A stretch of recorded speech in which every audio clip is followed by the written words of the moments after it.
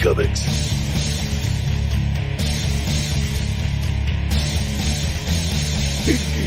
Comics.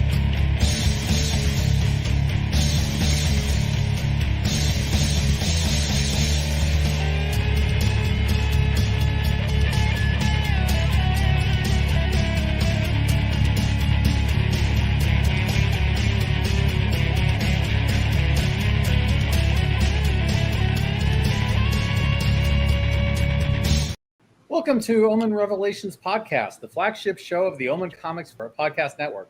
I'm your co-host, Steve Sellers, and with me is my partner in crime, Mike Nunnally, and we're here to discuss topics relating to writing, pop culture, and a whole lot more.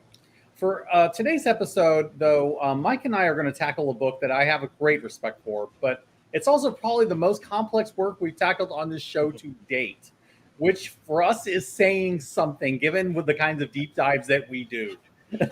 Anyway, that work is the landmark 1985 graphic novel Watchmen, written by the great Alan Moore and the legendary Dave Gibbons. So what was your first exposure to Watchmen, Mike? When did you first read it, and did you have any opening thoughts before we dive in? I did not read Watchmen until after I had seen the movie. In fact, I had never even heard of it until the movie. I don't remember seeing it at any of the local comic shops I went to, but I know that the comic was popular when it came out, so I'm assuming that the shops had it.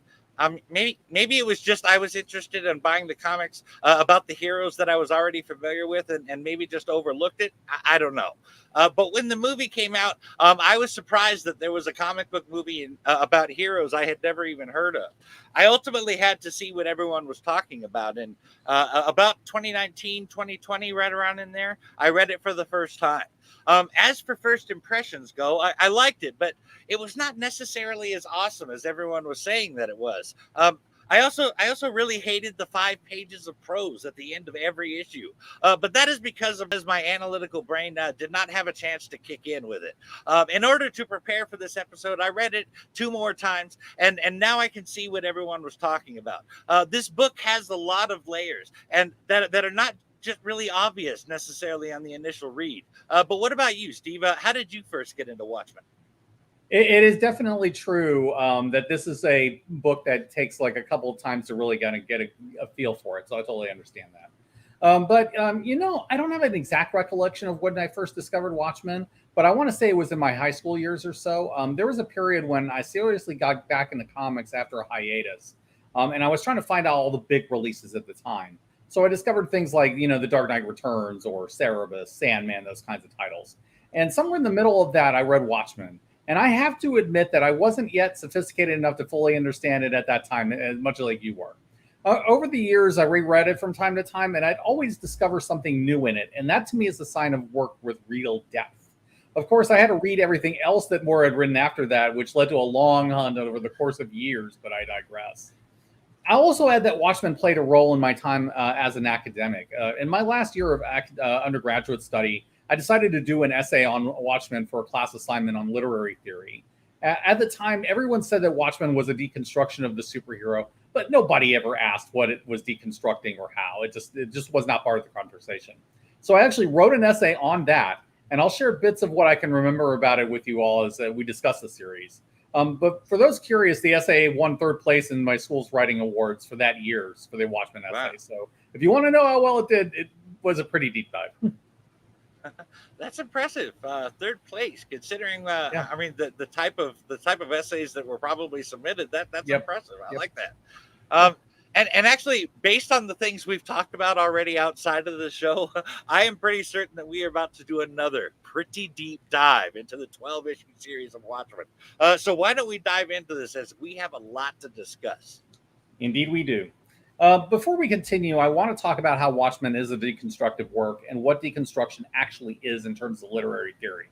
When most people talk about it today, it's usually in the sense of breaking down literary heroes or making the story grimdark or edgier. And that can often be the case in deconstructionist works, though deconstructionism isn't specifically about that.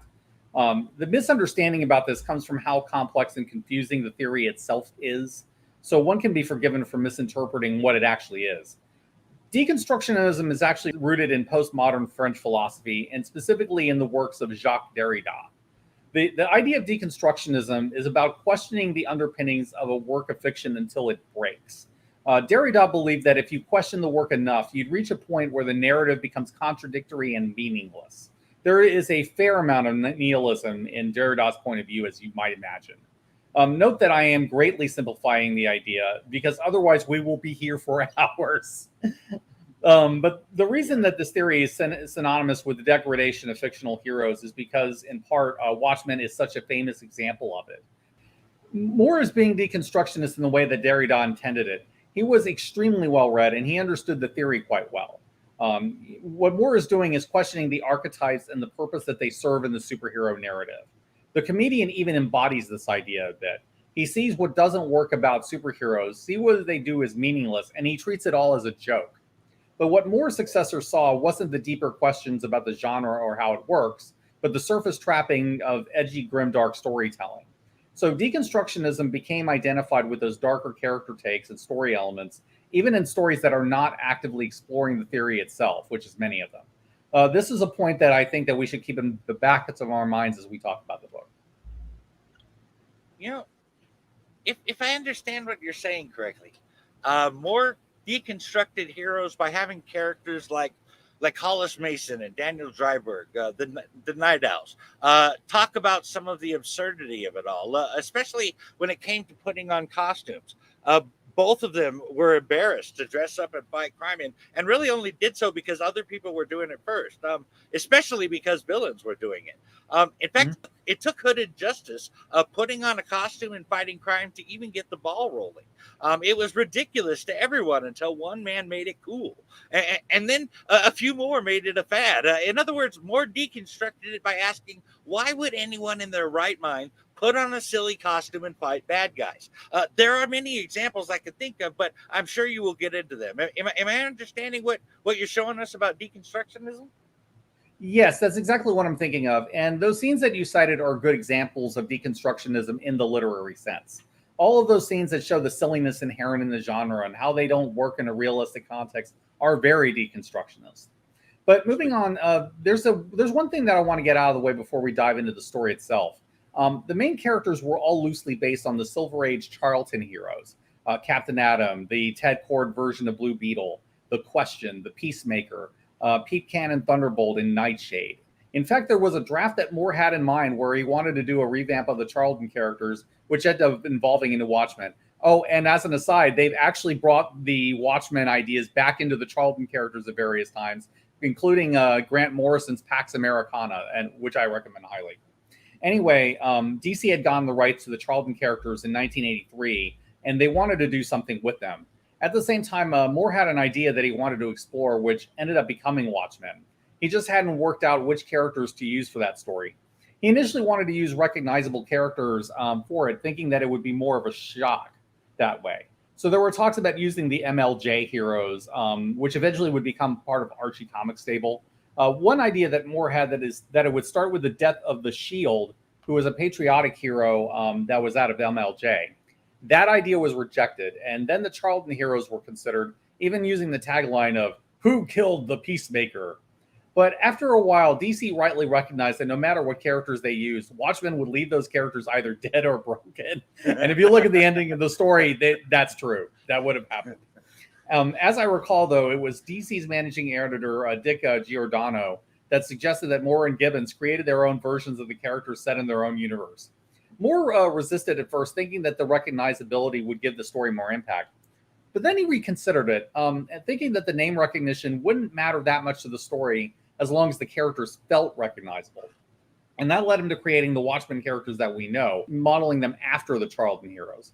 So Captain Atom became Dr. Manhattan, Blue Beetle became Night Owl, The Question became Rorschach, Thunderbolt became Ozymandias, Peacemaker became the Comedian, and Nightshade became the Silk Spectre. If you look at this character side by side, it becomes very apparent where the influences came from.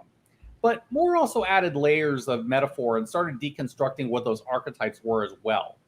Dr. Manhattan is seemingly a god, but he's detached from humanity, and he often has very little real agency despite his awesome power. And we're going to be going back over this over and over. Night Owl became an overweight wash-up, and some of that character even rubbed off on Ted Kord for a while. If you want to know why Blue Beetle was bad at one point, Rorschach explored the idea that a real person who might act as an urban crime fighter would be as damaged as broken as Walter Kovacs is. Silk Spectre was an exploration of how women were written into comics under the mid-'80s. And Ozymandias, I think it's better to save that until we talk about the comic's massive end twist. But you get the idea of what Moore was aiming for there. Anyway, by the time that Moore and Gibbons were done with them, they didn't resemble the Charlton heroes at all anymore, except for very surface elements. If you're going to do a universe about analogs of mainstream big two heroes, this is the way to do it. But let's get into the series and try to dissect everything that's going on. So it would seem that all of them were deconstructed really in different ways. But let me make sure I'm grasping the concept of what deconstructionism in writing is. If I'm understanding you correctly, then the idea is to question how and why something is by a kind of reductio ad absurdum.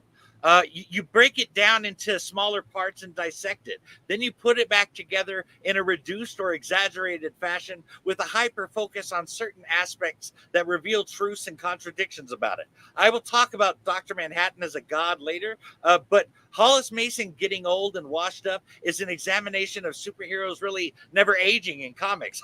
For like 30 years, they're 27 years old. Am I picking up on what you're putting down there, Professor? I think you've basically got it, but the focus of deconstruction is how to show how the contradictions make the world and the story functionally meaningless. That's the underlying nihilism of Derrida and his entire approach.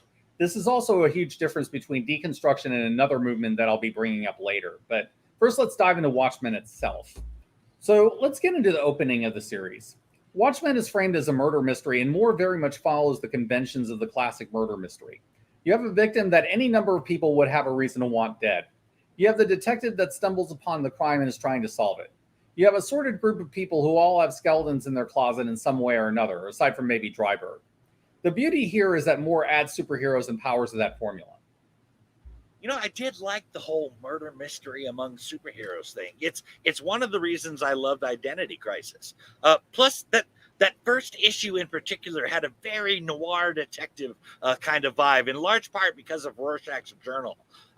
There are parts that feel like this too, but none so much as Watchmen #1. And honestly, that is why #1 is really my favorite issue in the series. But please do continue.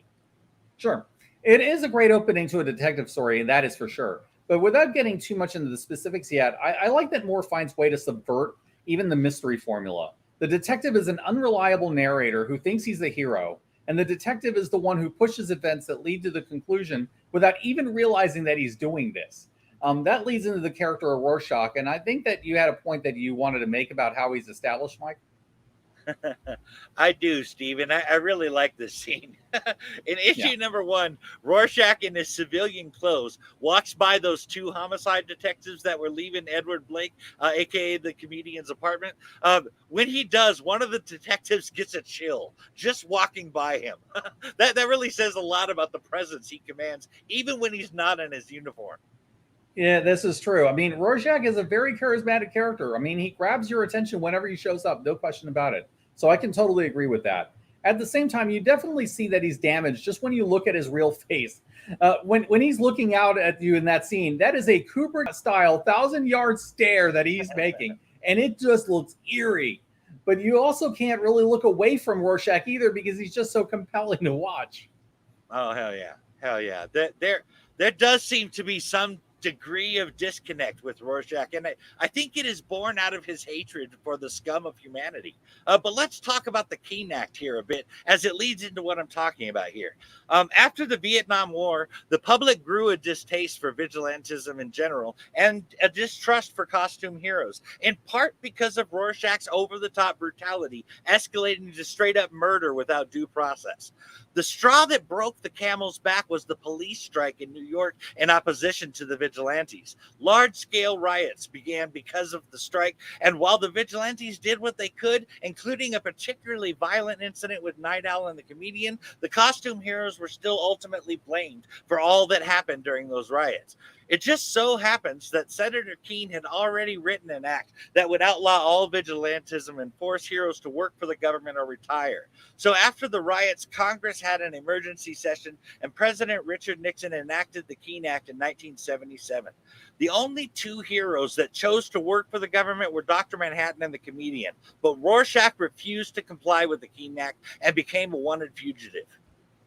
Never compromise is a line that Rorschach comes back to quite a bit in the series, and I weirdly think it's the one aspect of Rorschach that makes him likable, even though he wasn't intended to be likable at all. But we'll get that into when we more deeply explore his character.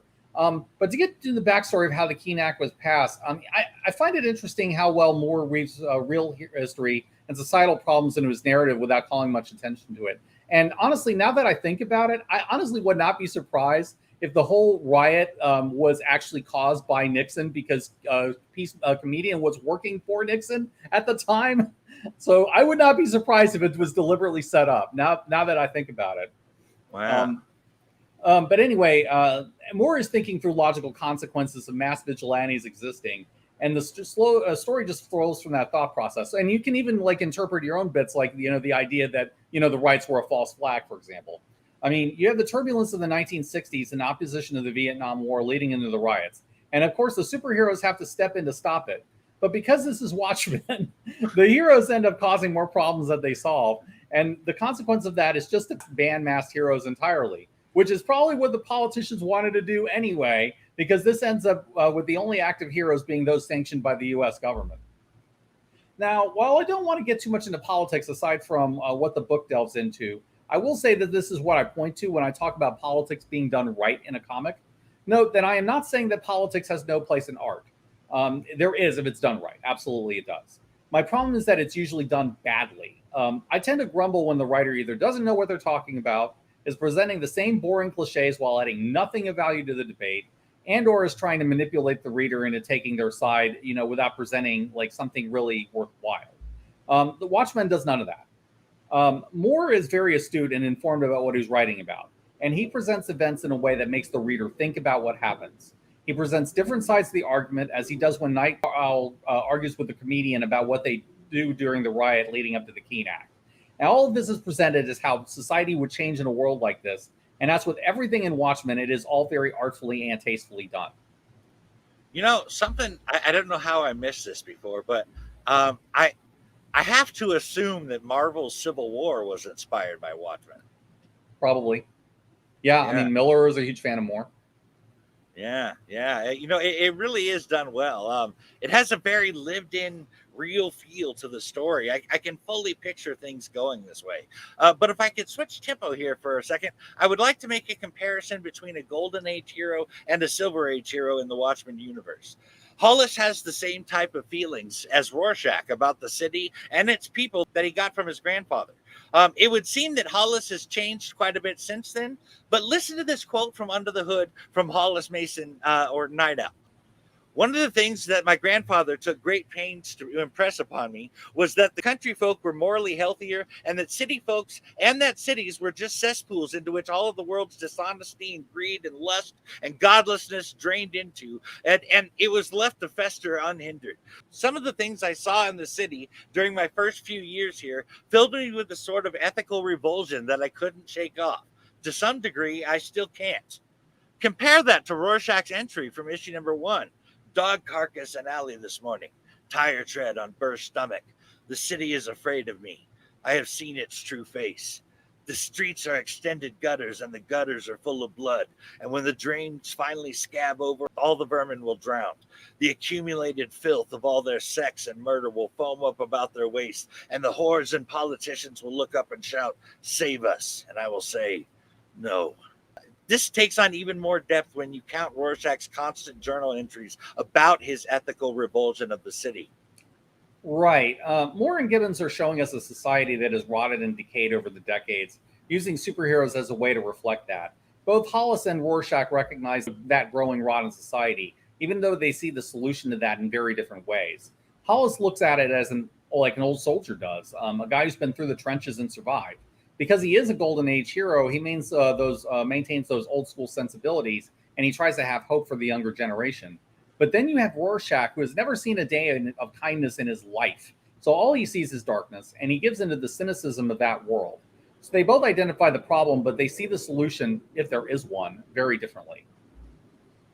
Rorschach's solution was to become a serial killer. And I would say that Hollis's hopeful solution was in good people like Daniel Dreiberg taking up his mantle and doing some good with it. So very different ideas indeed. But speaking of Hollis Mason, I just have to comment as a writer about the brilliant way that Moore establishes his universe in the minds of his audience, the comic book readers. By having Hollis talk about his inspirations for becoming Night Owl being rooted in old pulp heroes, Moore immediately sets the story into a familiar world, at least for those who have read pulps or are familiar with them. The Shadow, Doc Savage, and others were the heroes before the birth of the superheroes in 1938 with Superman. Now he has established a connection to his universe with comic fans who didn't read the pulps. This both establishes the world we're about to dive into and connects the comics fan reading the comics to the world of the familiar. To imagine a hero like Hooded Justice coming out of that world is easy to do, and to imagine him inspiring others to be costume vigilantes is just a step forward from there. Oh, yes, absolutely. And I won't lie, it had an influence on the way that I build and develop superhero worlds as well. The Inventor in Blitz, for instance, was very much designed with that pulp mold in mind. But to get back to the main point, Moore is extremely well read on the evolution of the superhero genre. And we see that in a number of his works, including Tom Strong, Top 10, and Miracle Man. And I think it makes sense to have the way heroes come on the scene in the Watchmen universe mirror the way that it happened in the pulps in the comics. I have to agree with that. The pulp heroes existing in comics are the perfect base for the universe. Writers and artists came up with the idea of needing people other than the police, who were in many cases corrupt back when pulp heroes were popular, to fight crime. I like the idea of that taking root in a person's mind and inspiring them to put on a mask and fight crime themselves. I mean, who hasn't read superhero comics and imagined themselves doing it? Sure, most of us do not actually do it, but there are literal people right now in the real world in costumes fighting crime in various cities across America. It is believed that the reason superheroing is more popular in America is due to the popularity of comic books and comic book movies. When Moore starts talking about the popularity of Superman and stuff, I can't help but compare that to modern times and real life costume heroes like Phoenix Jones. Yeah, no, there is definitely that. And it might be that this book influenced people who did do that.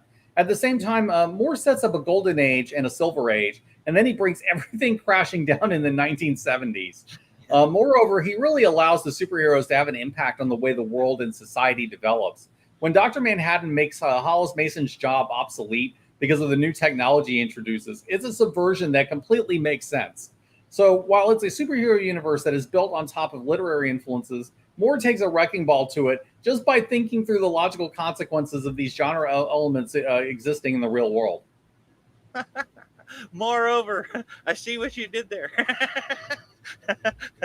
But seriously, when you start talking about actually superpowered beings on Earth, it would absolutely change the game. The world would have to adjust to a new paradigm. But I'd like to go on to chapter 2 from here. I get the distinct impression that Sally Jupiter doesn't feel like she accomplished much, and she looks back on the days when she felt like she was worth something and actually doing something real. Uh, that's where her rose-colored glasses come from. She also has shame, apparently, because she is Polish, and that's why she goes by Jupiter instead of her actual name, Juspesic, like her daughter Lori. But unfortunately, the combination of these things fills Sally with the need to be overly critical and cruel to her daughter Lori, both as a means of pushing her daughter to do better than she did and as a way of venting how she really feels about herself.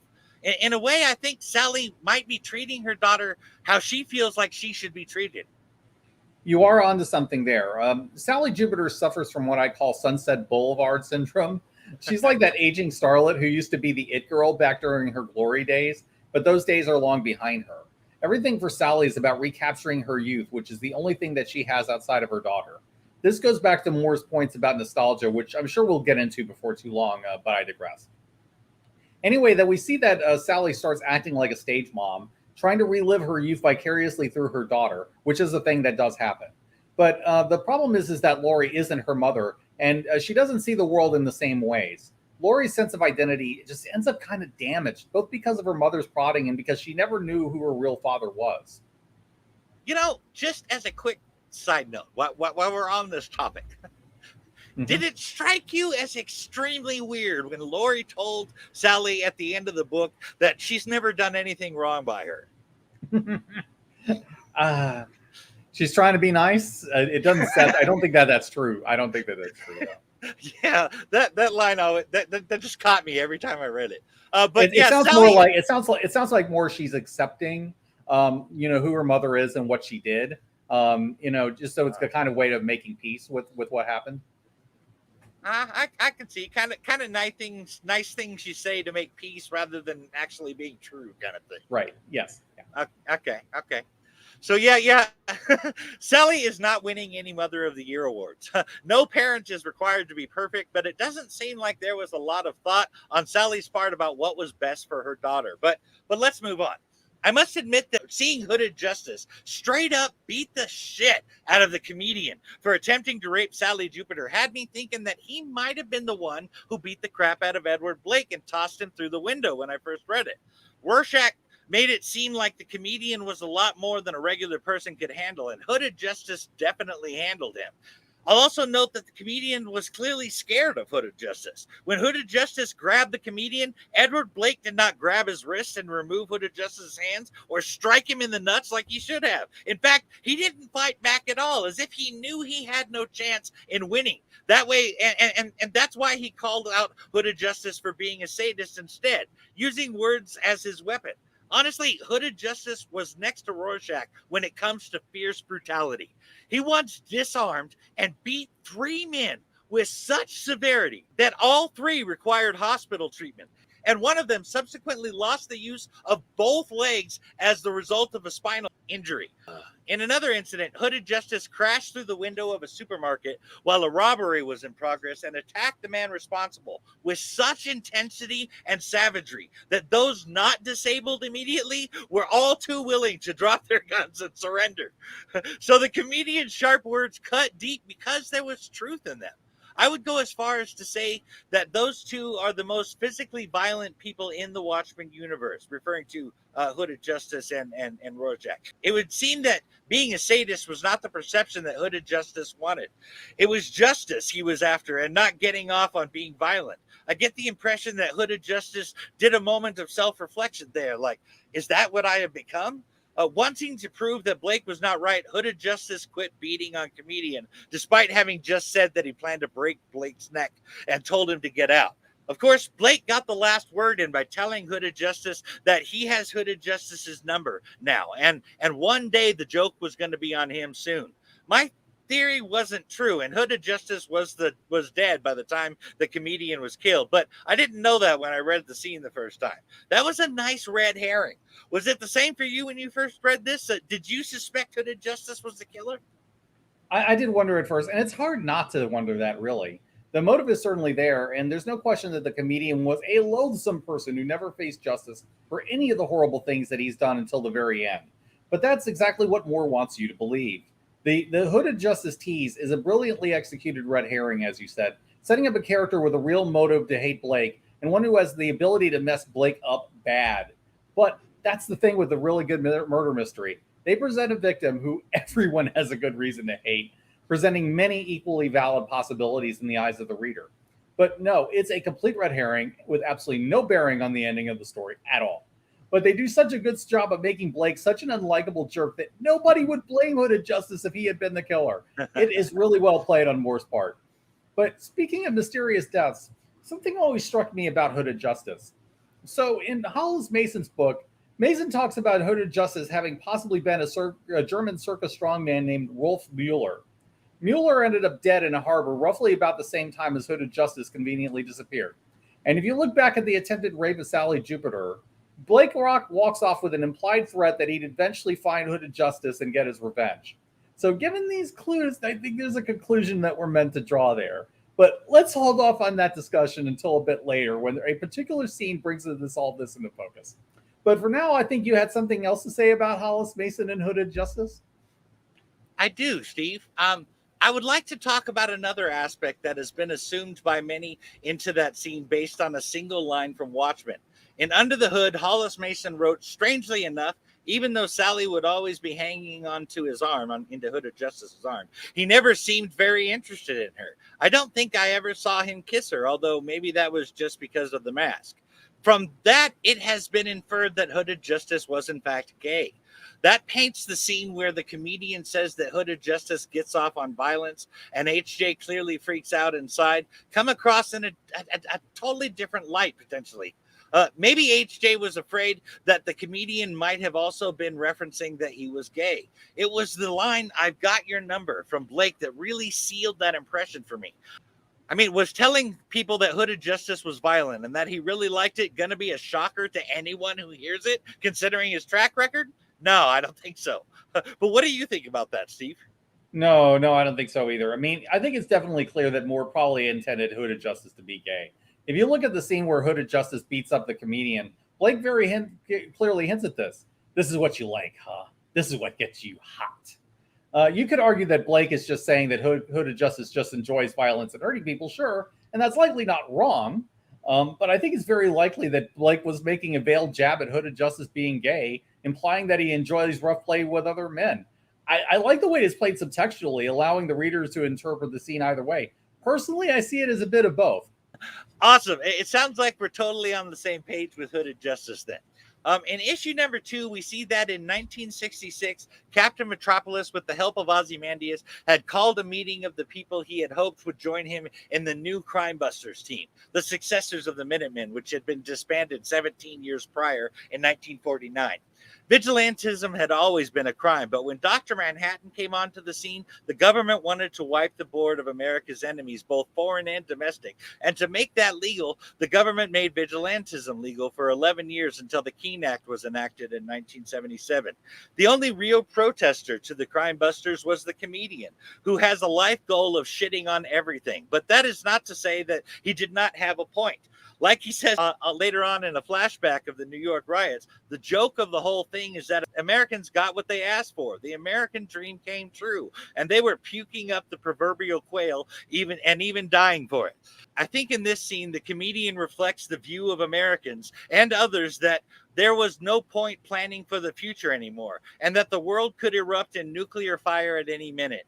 As the Sex Pistols said, there was no future. And honestly, the decadence of the 80s has a lot to do with that. What do you think about that scene, Steve?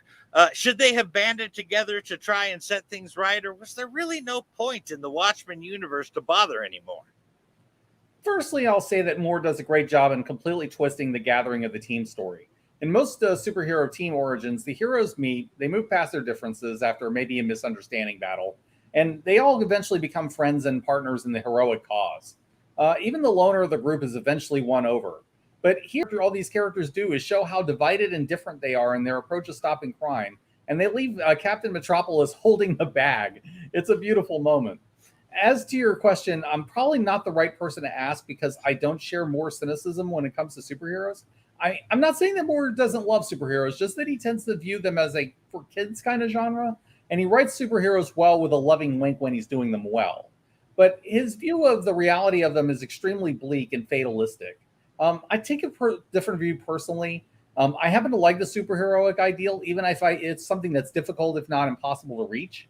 I personally think it's better to try and fail than simply accept the inevitable. You're only certain to fail if you fail to try. Of course, some of my attitude on that maybe because we live in the timeline where nuclear Armageddon didn't happen. That admittedly does change things a bit. And honestly, if you didn't live during that time, I don't think it's going to be easy to understand the effect that living under the constant threat of nuclear annihilation had. It had a drastic effect on everyone's worldview. But I think I tend to see things the same way. I have never claimed to have all the answers or to be a badass or anything, but life throws us fights of all types, and I'm proud to be a fighter, as the Dropkick Murphys say. But honestly, I think Nick Fury said it best when in the first Avengers movie. Until such time as the world ends, we will act as though it intends to spin on. But I believe you had a bit more to say there, and I kind of cut you off. Yeah, I did, in fact. Of course, the problem is that we're dealing with this group of people who are just not cut out to be a superhero group. Nobody really trusts each other that much for the most part. And you have people like Captain Metropolis, who's just trying to recapture his glory days. And that's leaving out the powerful but emotional recluse and the two violent nut jobs on the group. And Ozymandias, who's a problem in and of himself, but again, we'll get into him soon enough. Would it have been better if these people were actively trying to save the world? I'm honestly not sure, given how damaged, broken, or underqualified these people are. And as we saw, Captain Metropolis is no Steve Rogers, and he is just not capable of holding these different personalities together at all. I honestly think Captain Metropolis's flaw was assuming that he could run a team like a battalion. His own words. You can tell by the base that he picked out and his letter to Sally Jupiter that that was what he intended. But the people he assembled were not enlisted soldiers. They were individuals with contradictory worldviews and styles that would require a truly great leader like Captain America to keep them all together and functional. And like you said, he was just not there. But speaking of Dr. Manhattan, let me talk about him for a second. Back in issue 1, Dr. Manhattan hears about the death of the comedian and has no real reaction to the news, and this bothers Rorschach.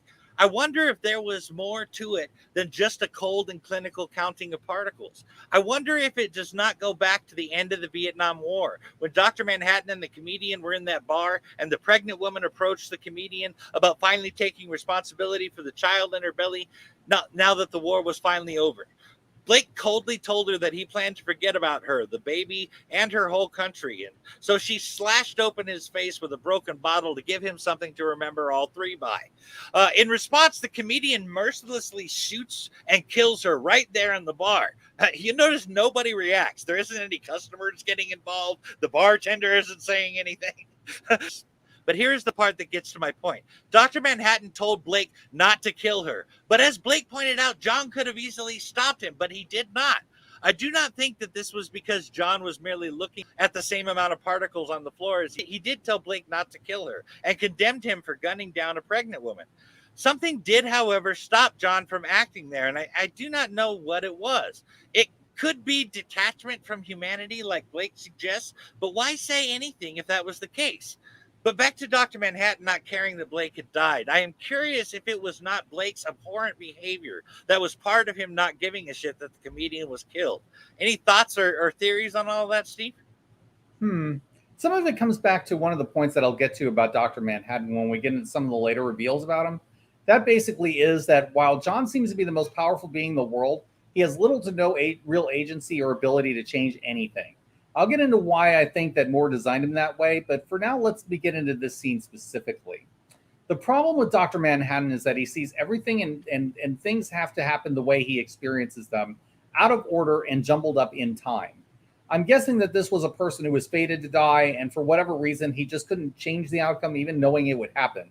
I don't think it was just that he was detached, though I think years of being a virtual god disconnected him with humanity. There are clearly some things he does care about, I mean, especially Laurie, but it may be that after a long time of living this weird quantum sort of existence, he just gave up on changing the outcome of certain events because he knows what has to happen in the future. It's hard to fully comprehend how John sees the universe, and because of that, it's hard to fully understand what his thought process is, especially when filtered through the lens of near omniscience. You know, quick side question here.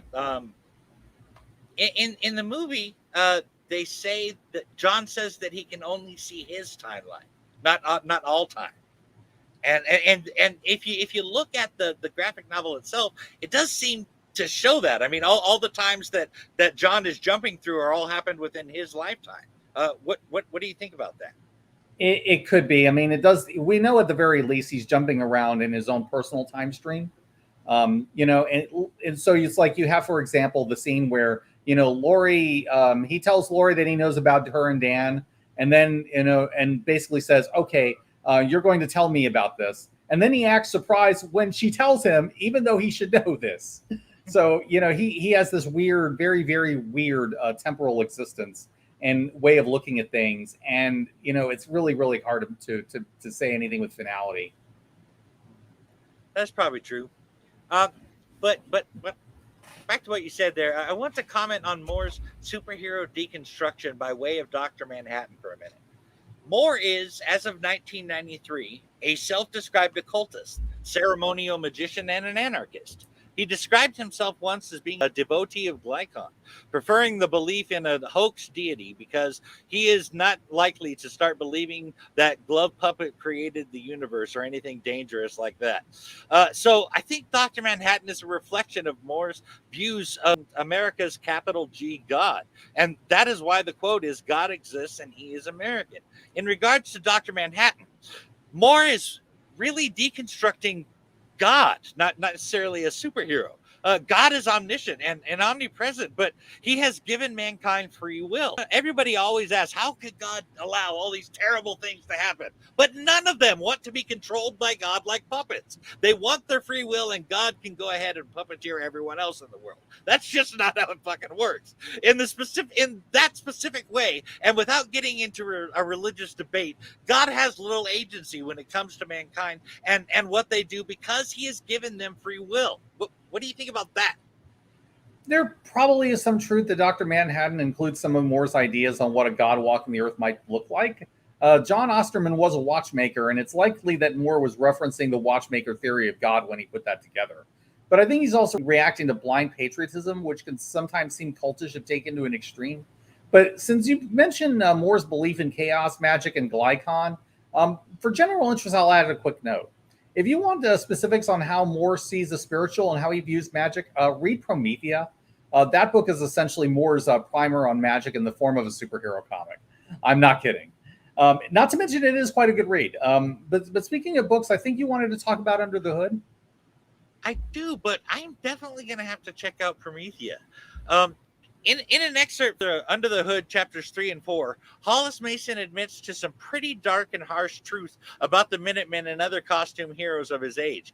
They might have fought crime, but fighting crime did not automatically make a person perfect or omniscient. We are all imperfect, and we all have issues, even those we think should not.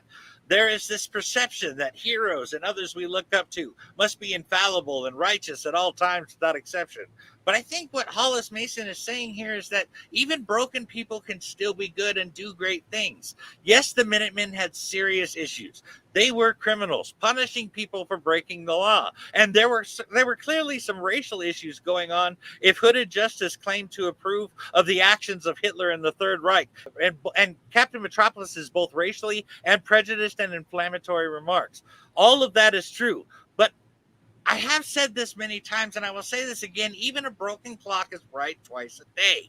The broken and issue-laden Minutemen were there to do a job that no one else would do, and they did make a difference. Perhaps not in the grand scheme of things, but the smaller picture is still valid, I think. Yeah, there were people doing the best they could with what they had, which admittedly wasn't much. And most of them came into it with good intentions, even if they went completely awry later. The other thing is that they were the only ones who were in a position to do much of anything to make the world better. It's clear that the politicians and the cops weren't going to do much of anything. The heroes were the only people left, and we saw what a mess they turned out to be. But at least they seem to generally want to make things better for the most part. You know, it sounds like we're on the same page there, Steve. So let's move on to issue number 3. The very first page of issue 3 really shows the absolute mastery of the page on the part of both Alan Moore and the artist and letterer Dave Gibbons. There are 2 narratives intertwined that lead seamlessly into a third one and drop off. There is a narrative of the tales of the Black Freighter and the newsstand vendor that lead into the story of Laurie and John. Moore wrote it in such a way that while showing a scene from one story, he was continuing the narrative from another story, and the line would apply in both contexts. Maybe you have to be a comic creator to really appreciate that. I don't know. But that is masterclass comic book writing, art, and lettering, not your standard 101 stuff. Moore and Gibbons are perfectly utilizing every aspect of the comic book medium and showing their absolute control of the page. You know, people talk about the absolute control of the camera when Ridley Scott directs a film. Well, this is the comic book equivalent right here. Mike, I am so glad you noticed that because I completely agree. This leads into one of the points that frustrates me when I see filmmakers try to tackle this comic. Too many people think that Watchmen's importance and power comes from all the subversions and deconstructions of the characters and how dark they all are. I think the industry learned the wrong lessons from this, but that's a whole nother topic by itself. But you just hit on what I think makes Watchmen a truly legendary comic and what I think Moore wanted people to realize. Moore wanted Watchmen to be an example of what the medium of comics was capable of accomplishing on a visual level. He wanted to show off what the camera could do, how you could frame a page in new and unique ways, how to achieve literary effects through sequential art. That entire sequence shows what comics are capable of achieving with the right amount of imagination and the right synergy with your artist.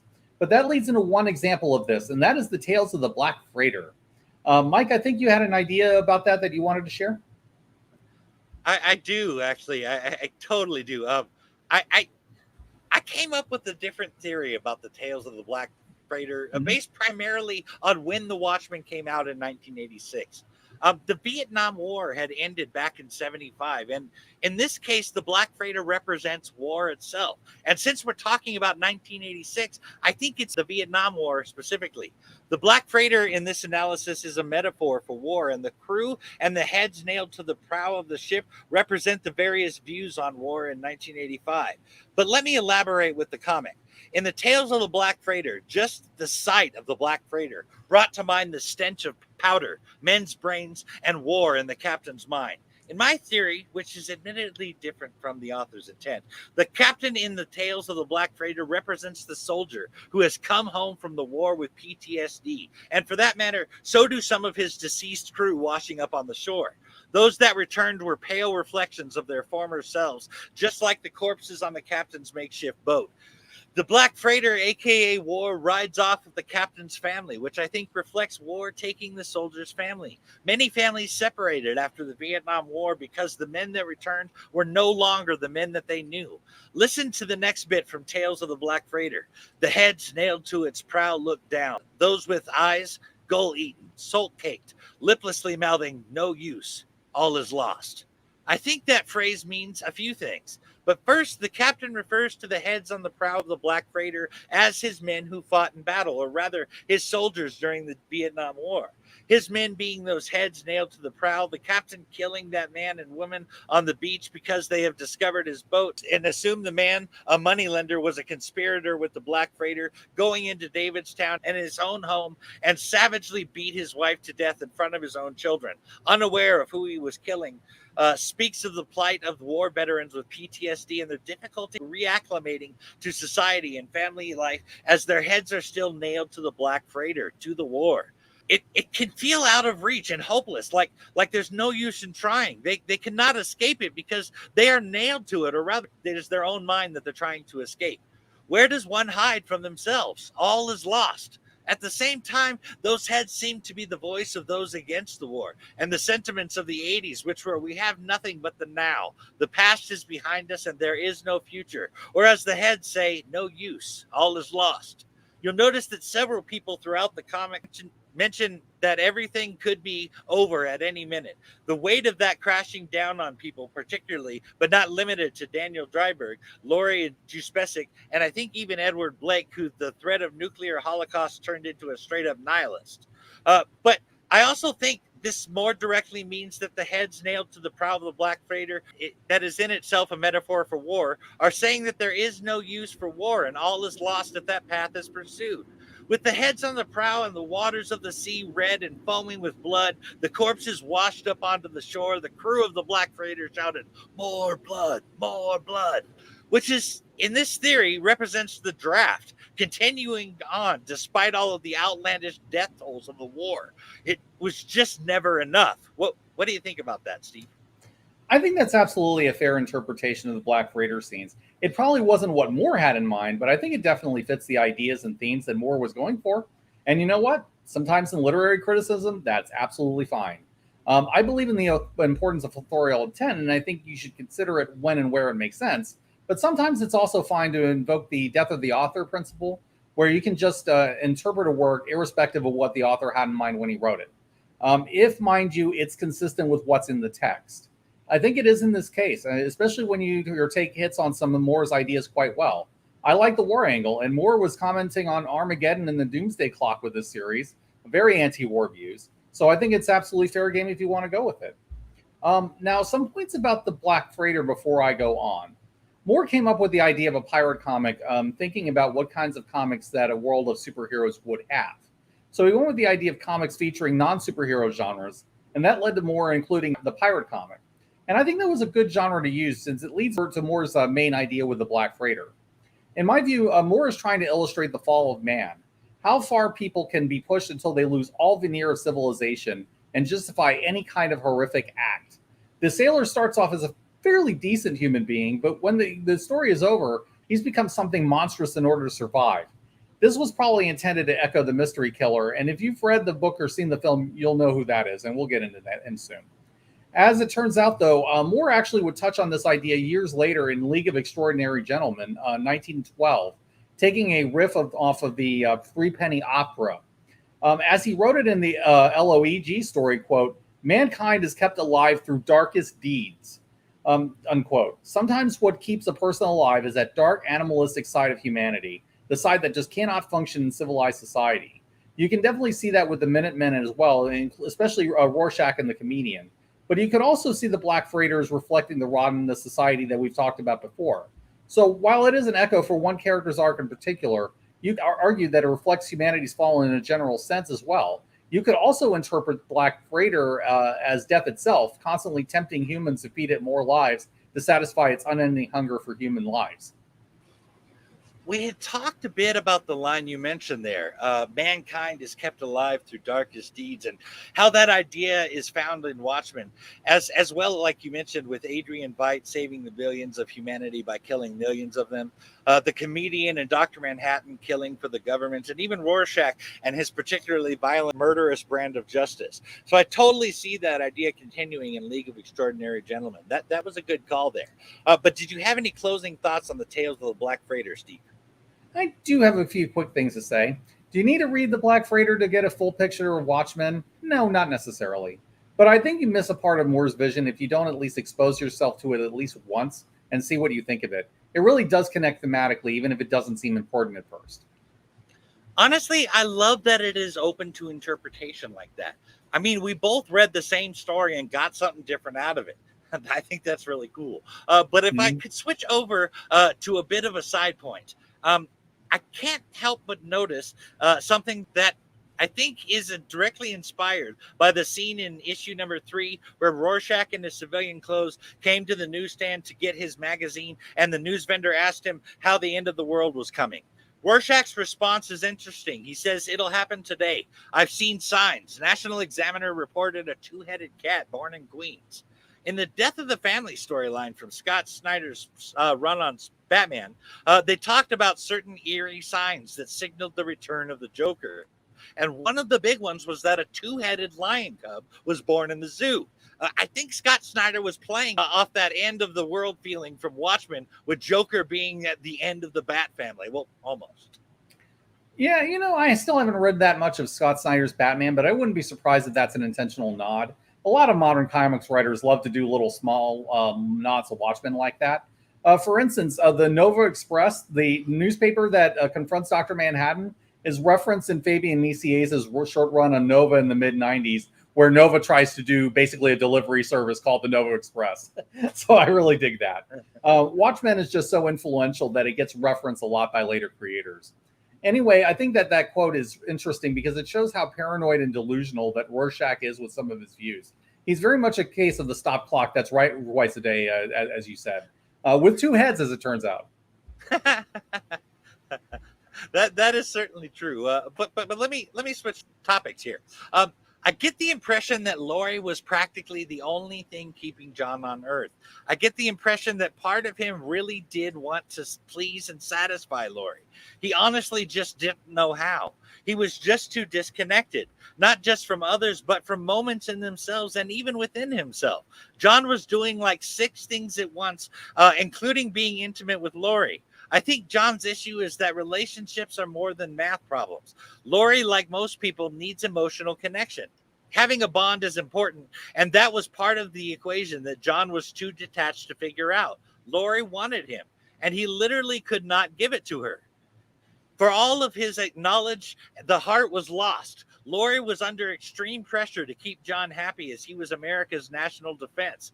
As Russia invaded Afghanistan, as soon as Dr. Manhattan left the planet, it's pretty obvious that the fate of the world was on her shoulders. But there is only so much a heart can take. She was understandably upset about two Johns trying to have sex with her. But I think that it was the proof that John had completely departed emotionally that made her leave. That was about as personal of a relationship that John could muster. So that had to feel like a loss. Then to find out that his very presence has given many people cancer proved to John that there was no more point in even trying to connect with humanity. That's definitely a correct take. John did value the people who he cared about before he was changed. And it's clear that Laurie was probably the last significant tie that John had to humanity. Without her, he has no reason to remain on Earth, as you pointed out. As for Laurie, I think she really did try to connect to John, but he's evolved into something that she cannot relate to or understand. What makes sense to him is beyond her comprehension. She can't understand what he is and how it affects him, and he's disconnected from her emotional reality. So there's no way that relationship was ever going to last, especially when Dan Dryberg enters the picture. So I think this is as good time as any to get into those details. I couldn't agree more, Steve. So here we go. In issue number 4, we get a first glimpse at how John, aka Dr. Manhattan, sees things. He is completely outside of time in the quantum sense. All of time is happening in the same moment. He can pause at certain times and join in the moment if he would like, but he is more of an observer at this point than a participant. His sense of present is not the same as those trapped in the 3 dimensions of time, past, present, and future. He is in a moment, but he is also simultaneously in an infinite number of other moments. John actually sees time as both fixed and in unwitting destiny, and changing based on observation because he sees time in a quantum state. In a quantum universe, there are no such things as accidents, only possibilities and probabilities folded into existence by perception, like Schrodinger's cat. The cat is not either alive or dead. In the quantum realm, he is both alive and dead until he is observed.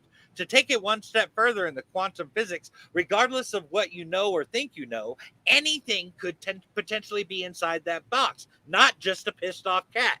A law of quantum physics is that the observer affects the observed. In the same way, the photon changes from a particle to a wave based upon whether or not it is being observed. Observation and perception determine reality in the quantum realm. When Dr. Manhattan goes to moments in time, the possibilities and probabilities of what could happen collapse into one reality, and the same reality keeps appearing because John is observing it. Because of his perception of Schrodinger's box. As we found out in Before Watchmen series, a new perspective or observation on an event can actually change time and make new possibilities and probabilities form in a different or slightly altered way that could splinter off into a million more. Just imagine all of that going on in John's mind. Infinite probabilities and infinite moments in time all at once. The responsibility is great and the potential madness to a lesser mind is very real. This explains the way we've been seeing John and the people he interacts with in the previous issue, particularly in issue number 3. Dr. John Osterman is spread across all of time like butter over too much bread, and that is why he has lost his humanity. Humans must live and feel every moment and do so under the cold shadow of death. Emotions and mortality are integral parts of the human experience. John was able to kill sans morality. He said it escaped him. Like he tried to care, but he just didn't. Yet at the same time, he does know what morality is, as he calls a comedian the most deliberately amoral person he has ever met. John's detachments have detachments. It's all math to him. What's working against him is that he thinks that the perspective is right, that he's one of the few who can see the human condition clearly. But when it comes to the human equation, he can in no way understand the human experience. Dr. Manhattan cannot die. He was disintegrated, for fuck's sake, and still reformed himself. Not once, but twice. And memories and moments are like easily discarded photos for him. Like light from the stars is in reality so far away that it takes a really long time just to reach us. So too are John's memories and moments of life to him. The important thing to keep in mind is that Dr. Manhattan is paradoxically the most powerful being on Earth and the character with the least control over anything that happens in this series. John experiences time in fragments and out of sequence, almost like he's jumping around in his own personal time stream with near perfect omniscience, and yet he cannot affect or alter anything. I think this is why he often seems like a passive character who doesn't bother helping anyone. He's essentially like a marionette of the forces that recreated him. And he even sees that himself. I mean, he's the puppet that can see the strings, as he says. John passively just reacts to everything and allows everyone to make his decisions for him. And he even admits that he has this tendency even before he's exposed to the intrinsic field generator. That part of him gets worse after he becomes Dr. Manhattan. So that's a large part of what's going on with this character as well. Just as a quick side point, we have talked about our varying views between on time itself, whether or not fate is involved or whether or not things are set. And you have expressed that you feel that future is not necessarily as set as that. So, like, even if we're going back in time, we still don't know that Hitler will go through the things that he does that we think he is. Sure. It might have gone by differently. And I gotta wonder if you're not seeing time in kind of a quantum sense like that as well, that possibilities and probabilities could change based upon the observed, or a decision that splinters off into a different reality or something like that. I'm just trying to understand how you see things there. Well, yeah, I'm just kind of going based on what's been established in the book. So I'm just kind of going off how Moore sees it. But I mean, personally, I think, yeah, if you're going to have a power like John's, where you can, visualize virtually anything as you observe it, just being able to observe things changes time itself.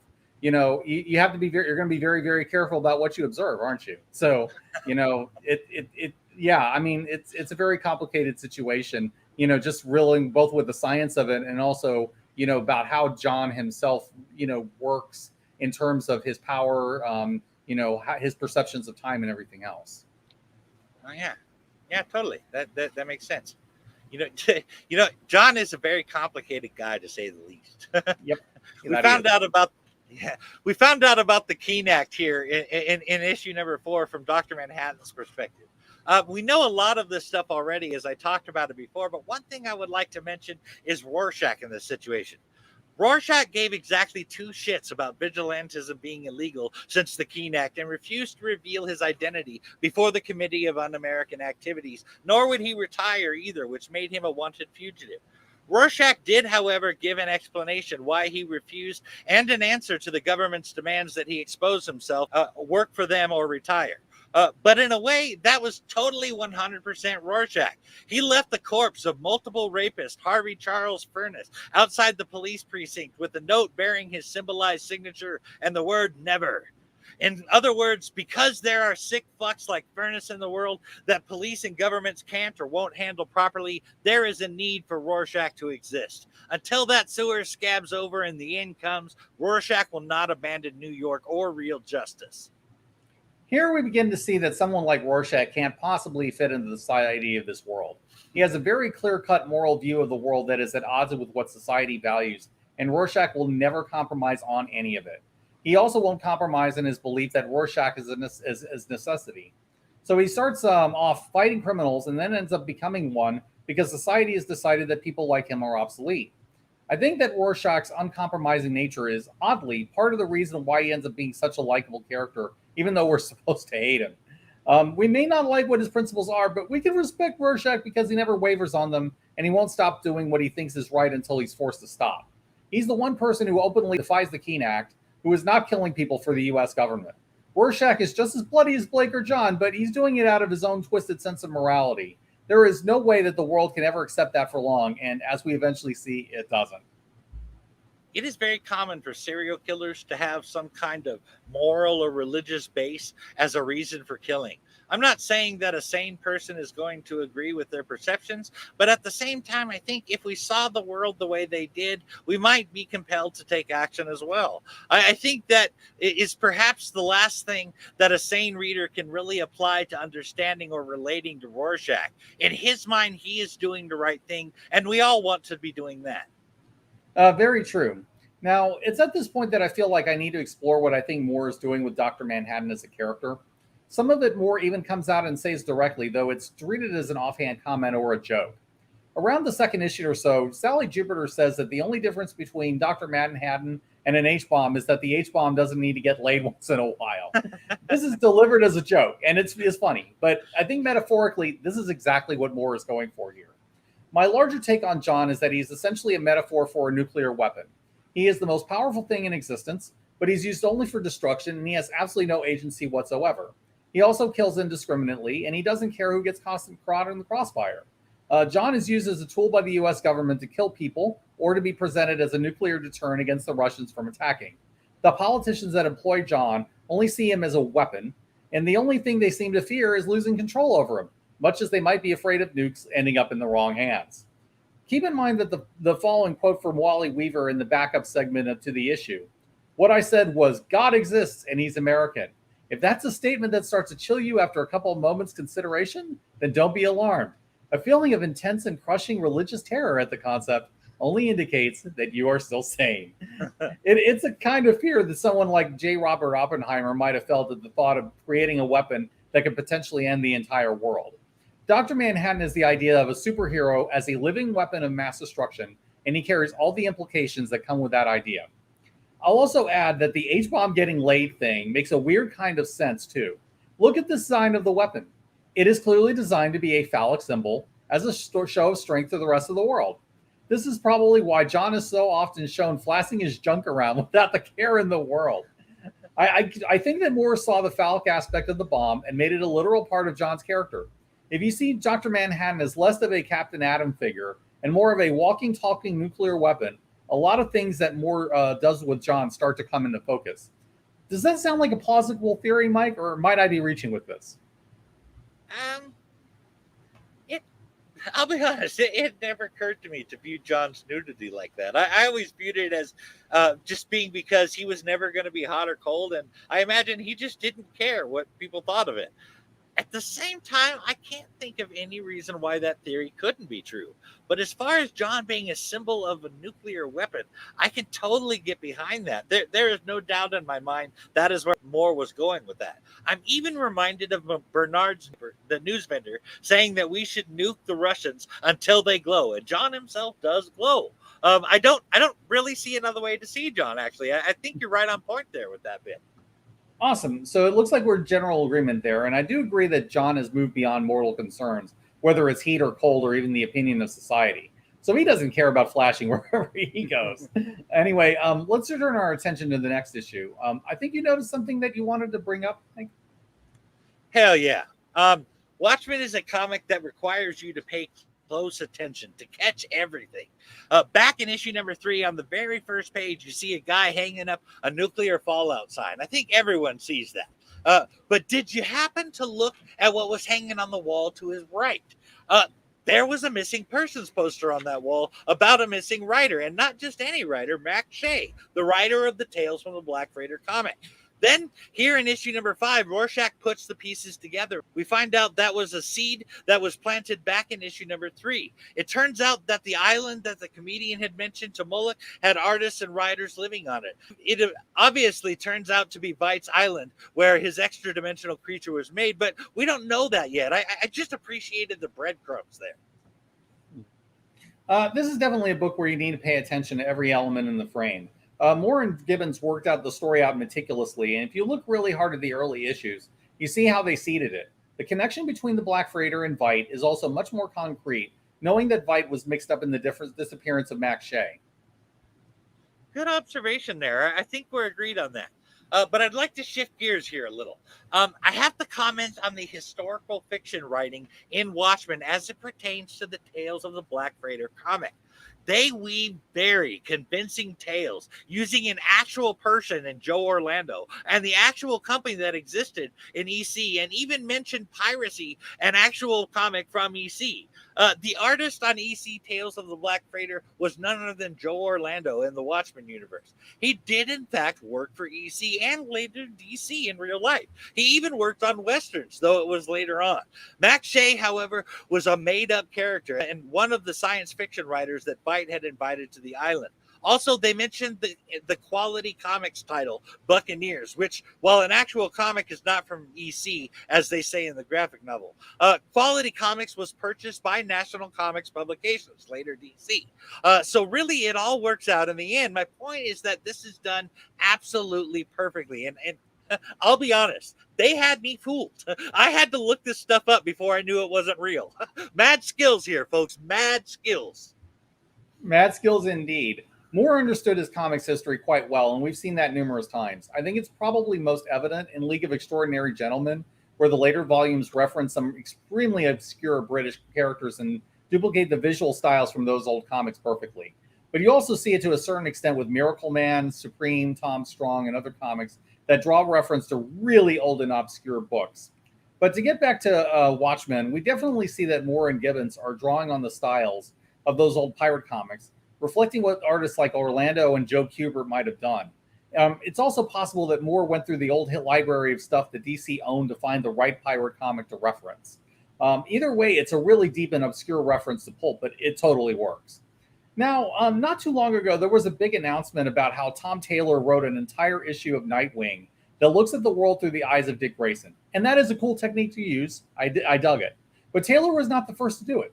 In this issue, Moore spends several pages following Rorschach as we see the world through his perspective in the exact same way. It even weaves its way into the tales of the Black Freighter, and it seems seamless. I wouldn't even be surprised if Taylor's idea was influenced by Moore. To be honest. These are the kinds of techniques that Moore is experimenting with, framing what happens in very cool and different ways. You know, a comic book writer could learn a lot by seeing how Moore and Gibbons worked every inch of the page.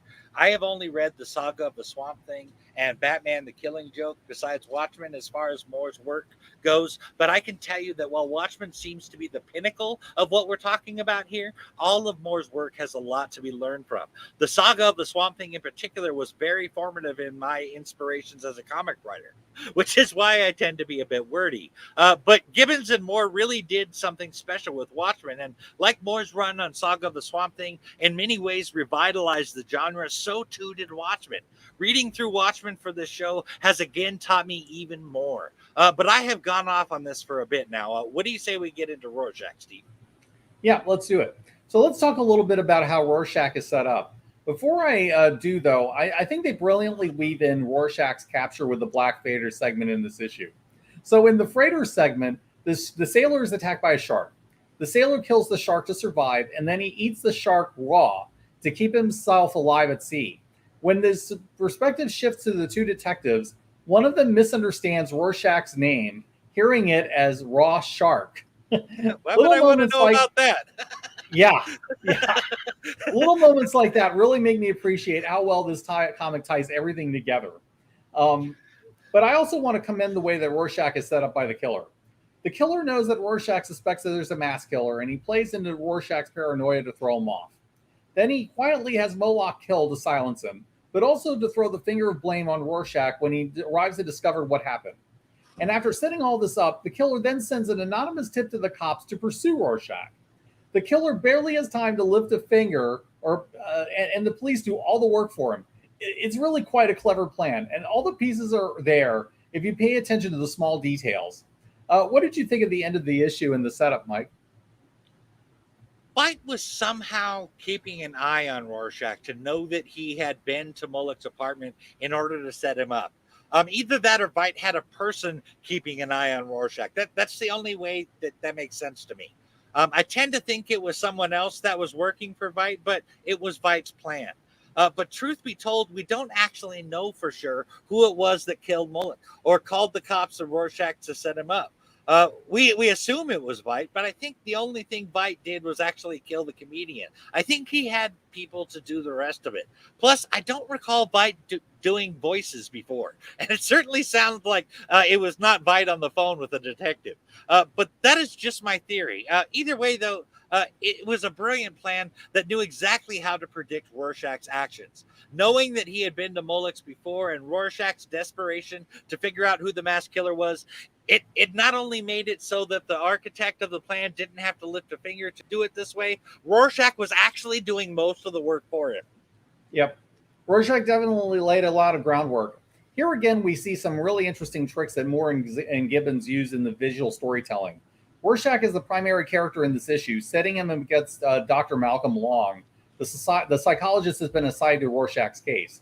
That ends up really playing into what this book does, using the inkblot test to handle visual transitions between scenes, as well as reinforce imagery. The first card that Long shows Rorschach comes back repeatedly, and Rorschach interprets it as the shadow of two people involved in a sex act. We see this shadow over and over again throughout the issue, but it first shows itself in the flashback of Rorschach's mother in the act of servicing a client. The other major image comes later with the moment that truly ends up defining Rorschach, which is the split head of a German shepherd that he was forced to kill in the Blair Roach case. Both of these images come back over and over again, which ends up reinforcing the book's themes while also working to reflect Rorschach as a character. Even now, I keep being taken aback by how masterful the visual storytelling is in the book and how the art and the story flow so seamlessly together. Has it been the same for you, Mike? Oh, definitely, Steve. Like I mentioned earlier, I have learned quite a bit diving into Watchmen graphic novel for this episode. I actually can't wait to get into writing my next comic. But continuing the Rorschach exploration, we get a peek into Rorschach's life in Watchmen. It would seem in the Rorschach story that his mother was a prostitute and likely became one in order to support having a child. This could explain why she was so abusive and hateful towards young Walter and blamed him for all of her problems. She often told him that she should have had an abortion. His mom would kick him out on the porch while she did her business, even in the dead of winter. Walter once stayed out on the porch until his toes turned black from the cold. This is relevant because Rorschach hated prostitutes. Some of this was based on morality derived from a god he no longer believes in, and some of it was based on the law. But Rorschach is one of those that seems to have his own code that is a blend of sorts with his own additions. But that was Walter Kovacs. Rorschach is a borderline nihilist in that he believes that life has no meaning but what we apply to it. If you ask me, Rorschach is a serial killer in the guise of a masked hero. I only bring that up because if not for one event, I think Walter Kovacs could have easily gone that way without his code. One night, a woman named Kitty Genovese was beaten, raped, and stabbed to death outside her apartment building. The 38 residents of the building all heard it and saw it but did nothing. This happened on the night of March 13th, 1964. When Walter heard about all of those people watching this happen and doing nothing, he became ashamed to be part of the human race. So much so that he could not bear to look at his own face. That was when he parted ways with the human race and made the Rorschach mask. But he was not yet Rorschach. In his own words, he was Walter pretending to be Rorschach. He had not worked up the ability to kill yet and was weak in his own eyes and unwilling to do what was necessary to kill the predators like they deserved. It was not until killing those German shepherds with that cleaver and burning that child killer alive that Rorschach awakened. But listen to this in his own words. This rudderless world is not shaped by vague metaphysical forces. It is not God who kills the children. No fate that butchers them or destiny that feeds them to the dogs. It's us, only us. The streets stank with fire. The void breathed hard on my heart, turning its illusions to ice, shattering them. Was reborn then, free to scrawl my own design on this morally blank world. Was Rorschach. Crossing that line to become a killer is when he truly became himself. He would not be the first serial killer with a moral code that believed they were doing good. Walter Kovacs became Rorschach's mask to the world, and his literal mask became his real face. Again, a detachment from humanity is also very serial killer-like. If not for the focus turned to crime because of Genovese murder, this could be an entirely different story. Listen to these words from Watchmen with that knowledge in mind. My things were where I'd left them, waiting for me. Putting them on, I abandoned my disguise and became myself, free from fear or weakness or lust. My coat, my shoes, my spotless gloves, my face. I'm inclined to agree on Rorschach's nihilism. And again, this is where the comic tends to delve deeply into Derrida-style deconstructionism. Note also that Rorschach is the one person who seemed to truly respect and admire the comedian, who most people in this story actively hated. The comedian is another character who tends to stray deeply into nihilism, seeing only meaninglessness in the world, which is why he treats life as a joke. I think the difference between them is that Rorschach prefers to lash out in the evil in the society rather than just to laugh at it. Another thing I'll add is that Moore had done his research with the Kitty Genovese incident too. That was a real murder case, and it is true that 38 witnesses stood by and did nothing as she was killed. That having been said, some of them did call the police, just nothing was done in time to save her. But adding the Kitty Genovese murder as the first step that set Walter Kovacs down the path to becoming Rorschach was a nice touch. The addition here that Rorschach's mask was based on a dress by that Kitty Genovese had bought in return. But I think it adds up nicely, showing visually that Rorschach sees only in black and white with no room for grace at all. Again, the writing and the art just weave together so seamlessly in this book. Wow. I actually didn't pick up on the whole Rorschach only sees black and white thing with his mask. But that absolutely fits. I also find myself now wanting to go back through the book and see what shapes are actually on Rorschach's mask at the different times to compare them with what Walter told the psychiatrist about. You have opened my eyes, my friend, but I think there was another Rorschach moment that you wanted to discuss, right, Steve? There is it as it happens. I don't think we can discuss this issue without bringing up the iconic scene in the prison cafeteria where Rorschach burns one of the other inmates with a tray of scalding hot fat. But the line that everybody remembers in this is this classic from Rorschach: "I'm not locked up in here with you. You're locked up in here with me." That whole moment is awesome. Rorschach is kind of like the Punisher in the sense that putting him in jail doesn't really stop him in any meaningful way. It just puts him closer to more of his victims and makes it easier for Rorschach to kill all of them. I think he's more bothered by the confiscation of his mask than he is about actually being in prison. Does that make any sense to you at all? Oh, it totally makes sense. In fact, I'm glad that you made the Punisher comparison there. I had a similar thought as well, as far as the Punisher being in prison and Rorschach. Also, I have to agree with you about Rorschach's mask. He was extremely upset to have his mask taken from him. It's almost like he becomes when he puts on his mask, psychologically speaking. In Rorschach's fractured mind, I wonder if taking his mask off while he was in Rorschach mode was not a major trauma for his mind. You'll notice that you never see him as Walter Kovacs again after that. I think that moment might have erased Kovacs and left only Rorschach. That is why his first concern was retrieving his extra mask and clothes. He needed to feel like himself again. But how did Rorschach affect Dr. Long, Steve? Well, Rorschach basically gives him undiluted Rorschach. Dr. Long comes in with the hopes of making some kind of breakthrough, probably with the idea of making a huge name for himself by curing Rorschach of his inner demons. It doesn't work at all. Rorschach not only sees through all the nonsense, he even seems to be at first to be fooling the psychiatrist. But it becomes clear that for all of his training as a professional therapist, Long has never seen true evil in the way that Rorschach has. So when Rorschach actually shows him, it ends up having a noticeable impact on his life. His relationship with his wife suffers. He can't even talk about his work casually to friends without bringing up the horrific things that Rorschach shared with him. It's very much a case of looking in the abyss, only for the abyss to stare into you in return. Very Nietzschean. I think that Long does come into the Rorschach case with good intentions, but he's just woefully unprepared to deal with the level of inhumanity that created Rorschach. Did you have any thoughts on that, Mike? First, I would like to take it a step further and say that it was Rorschach that convinced Dr. Long that he could not merely stand by and allow crime to take place in front of him, despite his wife saying that she would leave him if he acted. Second, I absolutely think that this is a case of the abyss staring back at Dr. Long. It was as if the veil that had been hiding Dr. Long's eyes from the true horrors of the world had been lifted. Dr. Long said that he couldn't help Rorschach, but I think he couldn't tell Rorschach that he was wrong. How about that, Steve? I think that makes complete sense to me. I think when you see evil like that, you can either run away from it or try to stop it.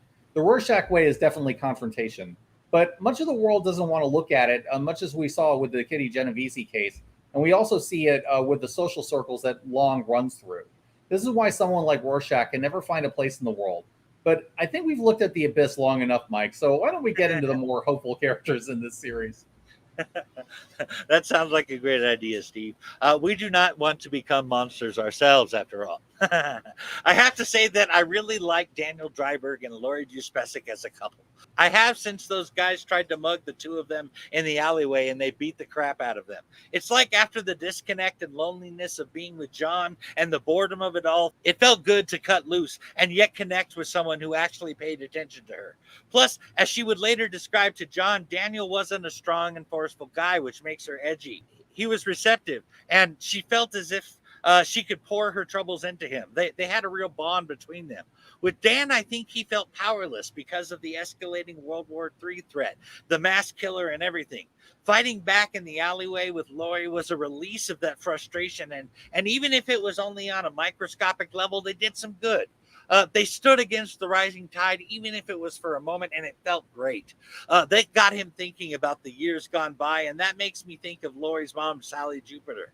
She is mean old bat with a permanent sour puss on her face like it has been etched in. But that rant aside, she talked about looking back on her days with the Minutemen, which, considering Blake beat her ass and almost raped her, were kind of dark times. But she was able to see her past, even the darkness, brighter and brighter all the time. The decades have erased all but the nostalgia of the past. All of that to say, I think that fighting those thugs in the alleyway turned that light on in the darkness for Dan.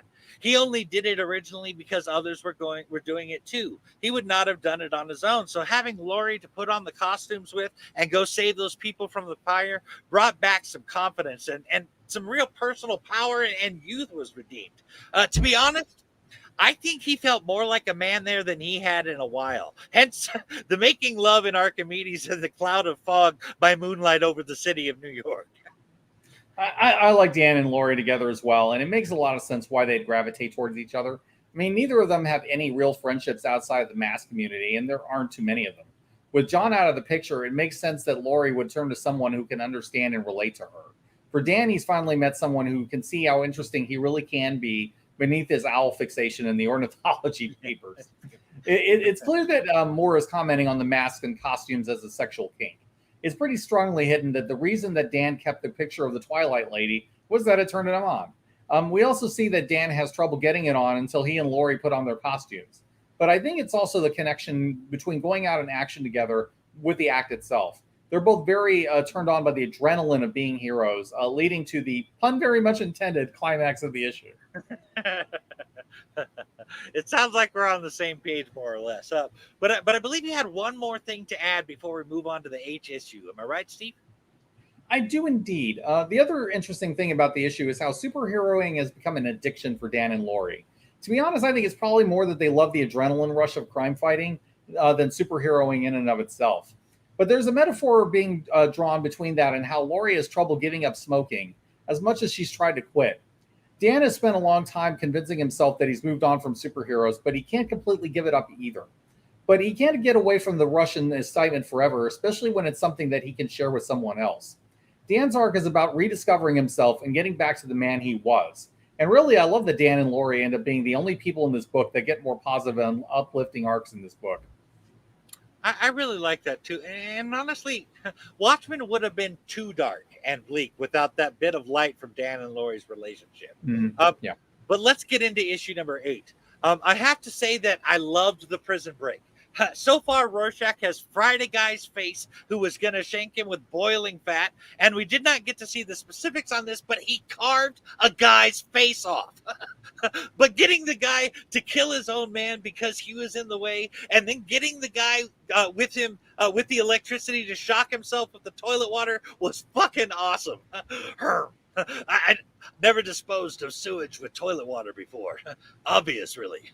2-0. I do wonder what he did to that little guy and to what was his name? Big Figure. Big Figure, yes. To him in the men's room, though. I wish I could have seen that. The prison break scene is excellent, and I agree that it shows Rorschach at his best. I mean, both in being a vicious bastard and in being extremely witty in a Bond way. Although I'll deviate from you a little bit on the bathroom scene. We've seen Rorschach kill people in so many creative ways that by this point, it's easier to imagine and more fun to imagine what he might have done to Big Figure. This is another point where the ambiguity of Watchmen really works in its favor, because anything that we might imagine that happened in that room might honestly be worse than any method that the comics might have shown. It comes across as a very Hitchcockian move, which is something I can respect. Yeah, I could totally see that. You know, in the Before Watchmen books, Hollis Mason committed some terrible sin, and it had eaten at him for years. The Before Watchmen story paints a picture of depression with Hollis Mason. Well, I only bring that up because when the Knot Top gang is coming to beat Hollis to death, the narrative from the Tales of the Black Freighter comic read, accustomed to a miserable, shifting landscape of iron and green. My mind could not at first grasp the meaning of this sandbar, blonde and solid. It meant my lurching journey through darkness was ended. It meant that I had reached my destination. In my head, that speaks of a hard life with above average struggles and a long carried sadness, all coming to an end in a way that doesn't seem like the bright glory of salvation, of course, like the sandbar did, but in the end, it is in fact a good thing out of a terrible event. Right. And this is another reason why I like the Black Freighter as a metaphor for death. Death follows the sailor constantly, and usually when the freighter shows up in the story, a death tends to follow. In this case, it's the death of Hollis Mason.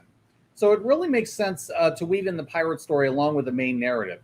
As an aside, did you notice that at the beginning of the issue, the kids are dressed as pirates and devils? At first, you might think that it's a subtle nod to EC style comics, and it is, and it's clever.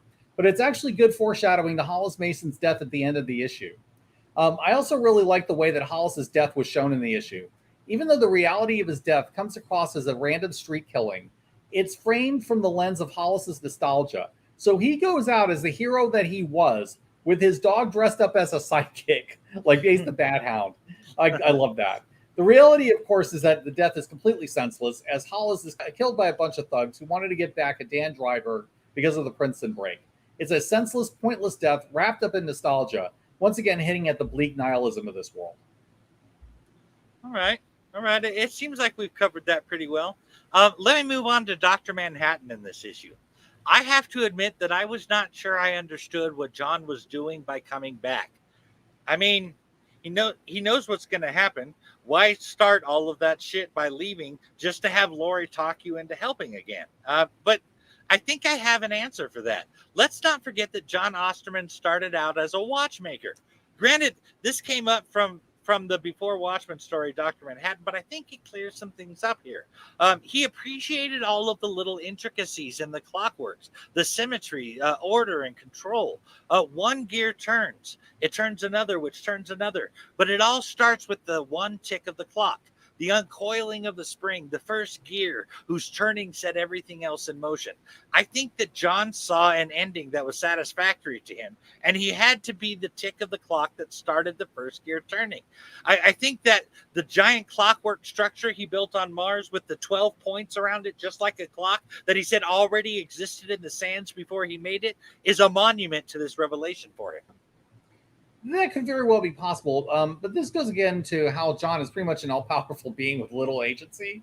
When Laurie mentions how John showing up comes off as a deus ex machina, John seems to agree with it in a sense, though and it leaves out his perspective. It could be that John goes to Dan's place to talk to Laurie because that is what he must happen for things to turn out the way that it does. Some of it seems to be more acknowledging that the conversation is for plot purposes, and some of it is John generally being a puppet of the universe who has to go through certain motions. You could even argue that John is the puppet of the writer who needs to carry out certain story beats for the plot to work as intended. I gotta say that last bit is just a little too meta for me. But I can certainly see what you're talking about. As one last quick side note before issue number 9, I have to say that the New Frontiersman is definitely a disreputable rag that identifies with a lot of hate groups and wild and crazy conspiracy theories. One that caught my eye in particular was the United States article they were putting in their paper. And despite what their publisher might say to the contrary, it most certainly does paint a tainted picture of both their magazine and Rorschach for reading it. Not only did they find a copy of the New Frontiersman in his apartment, Walter was regularly bugging the news vendor about holding on to the latest edition of the magazine. You have to wonder how much of that hate-filled rag was an influence on Rorschach's perceptions. Like maybe it was not just his upbringing or the time that in that radicalized church with the psycho reverend. And honestly, that explains why, despite Rorschach being right about the mass killer, people were reluctant to believe in him. Daniel Dreiberg seems embarrassed or reluctant to even admit out loud that Rorschach might be right to Laurie. I don't know about you, but that makes me think Rorschach is a full-on conspiracy nut, which means that what he says is taken with a grain of salt, and it's kind of a bit of humoring him. Yeah, it is. He definitely is a conspiracy nut, and he buys into a lot of really stupid and hateful ideas. We are not supposed to like Rorschach or identify with his beliefs, as we talked about before. The New Frontiersman is likely supposed to be a piss take on right-wing publications like National Review, though I consider them to be closer to some of the really fringe right-wing blogs that spew conspiracy nonsense. Still, what I find really interesting is that there is truth buried deep within the New Frontiersman if you look really hard. I went through the end segment featuring the New Frontiersman, and while the lead story is right-wing conspiracy nonsense, the Crank File section on the last page or two has some genuinely interesting details on Max Shea and the people who disappeared at Vice Island. Mind, I am not defending Rorschach, who I think did buy into the conspiracy craziness, but the Crank File material is clearly the best part of the entire rack. But speaking of buried truths, why don't we get into the big reveals of the next issue? That's actually pretty decent. I like that. But yeah, let's get into that. That sounds like a good idea. In issue number 9, we see a bottle of Bites nostalgia perfume seemingly spinning through space, and the perfume is spilling out of the top of the bottle as it spins. In the caption of this panel, well, when we first see it, we read the word, John says, Lori. We see the same bottle spinning again, and John transports Lori to Mars, and she can't breathe in the atmosphere and tumbles down a hill as she struggles to breathe. John said making it so she could breathe just slipped his mind. The next time we see it, the spinning bottle of nostalgia perfume is accompanied by the word fragile. This happened while she was remembering a memory from her childhood where her parents were arguing and discovered a really cool snowball. To her, it was a magical escape to somewhere else. Then her father discovers her and decides to take out his frustration on her. Even her mom defended her and said that she's just a kid, a vulnerable and fragile little girl. Right after this, the snow globe that Lori was looking at, her escape to somewhere else, shattered on the ground because of her father. The next time we see the nostalgia bottle, Byron's glass falls out of his lap and shatters on the floor, and he says, I'm sorry. I'm sorry for us all. He seemed feeble and not altogether well, and Lori was even asking if that's what she had to look forward to if she became a superhero. The next time we see the spinning bottle pouring out of the perfume contained within it, it is when Lori first met her father, Edward Blake, and her mother told her all about what had happened with the rape in 1940. We see the bottle again when Lori threw her drink in Blake's face and confronted him about beating and attempting to rape her mother. This episode is about shattering illusions and ripping away the rose-colored glasses. I don't know for sure exactly if it's the same bottle or what, but Rorschach was mentioned as having a bottle of Bites nostalgia on him when he was arrested. My guess is that Rorschach got it from Dan Dryberg's house. So I don't know if the bottle that was in the bathroom was the same one, or if Lori had her own perfume that she was using. Still, it is notable that all three tend to have nostalgia on their minds up until the point where the issue starts. I should also add that Moore's handling of nostalgia is a commentary on the superhero genre in general. Moore sees superheroes as very much a childhood thing, and it probably was for Moore as well. So I think the idea is that Laurie is maturing in her viewpoint by stripping away the comforting illusions of childhood. You know, nostalgia is really it's a tricky thing. The dictionary defines it as a sentimental longing or wistful affection for the past. I can look back at times in my life that were generally horrible with those rose-colored glasses because of nostalgia. Nostalgia allows us to encapsulate the good memories and focus on those moments rather than incorporate the bad things that were happening into it. I think that this is what Sally Jupiter did with her past. She isolated those precious moments and focused on them like a microscope and dimmed the light on all the other stuff. I think that the spinning bottle of nostalgia pouring out all the perfume in the bottle is the encapsulated precious moments that are all being mixed with the truth and horrors of the time, tainting our precious memories. All the nostalgia perfume and that sentimental longing just pours right out onto the floor. What little was left of that bottle was shattered on the floor when Lori threw the bottle, or rather her nostalgia, to the ground. Yeah, that's right. Lori destroying the nostalgia bottle after revisiting her past is very much a rejection of those rose-tinted memories and her old way of viewing them. For her, it's all tainted because of who Edward Blake was, what her mother did, and Lori's realization about who her true father was. The destruction of the bottle is a symbolic representation of Lori shattering her old illusions and her old way of viewing the world. Nice. It seems like we're more or less landing on the same page with Watchmen, and that's pretty Yeah. cool. Lori says that she thinks her dad hated her because he knew that she was not his. She goes on to say that she believes her real father was her mom's old boyfriend, Hooded Justice. First off, we know that her father was Edward Blake, aka the comedian, and that he and Sally, despite the attempted rape, had consensual sex in 1948, thus conceiving Lori Juspesic. But from Lori's perspective at that point, she doesn't have that information. We do know from under the hood that Hooded Justice never seemed interested in Sally Jupiter, never even tried to kiss her. So I'm not sure where Lori got this impression, other than maybe her mom told her that, or it was a fantasy of hers as a child. I've heard of many occasions where a child dreams of having different parents. That's not impossible. Though it could be that, as far as Lori knew, it was a real relationship. I mean, even if it was all arranged by Schnecksnyder, they could have done a good job of selling it in front of Lori. Sally may even have encouraged it. It could be that Lori wanted to believe her father was a hero instead of the man that she most hated. So she rewrote reality in her head to justify that belief. That certainly makes sense, and I can understand wanting to pretend or even believe that her father was anyone else besides Edward Blake. But speaking of Lori, I'd like to talk about her interaction with John there on Mars. It would seem that John did somehow have an attachment to Lori. I wouldn't call it love, and her wants and needs often don't even occur to him.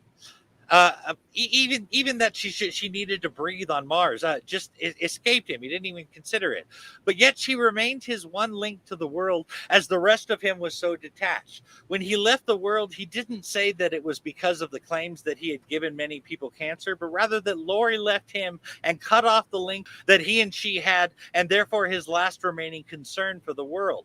At the same time, now that it was gone, it was gone. Then he just changed his mind because of the miracle of Lori being born out of the chaos of her roots was like a thermodynamic miracle, like turning air into gold, as was the birth of all humans. Because he could relate to a scientific concept, it somehow validated humanity. That kind of taps into what I was talking about earlier with him. It's all mathematics to John. Equations of probability and possibility folding into reality because they are observed. John finally observed Lori. But I don't mean he looked at her.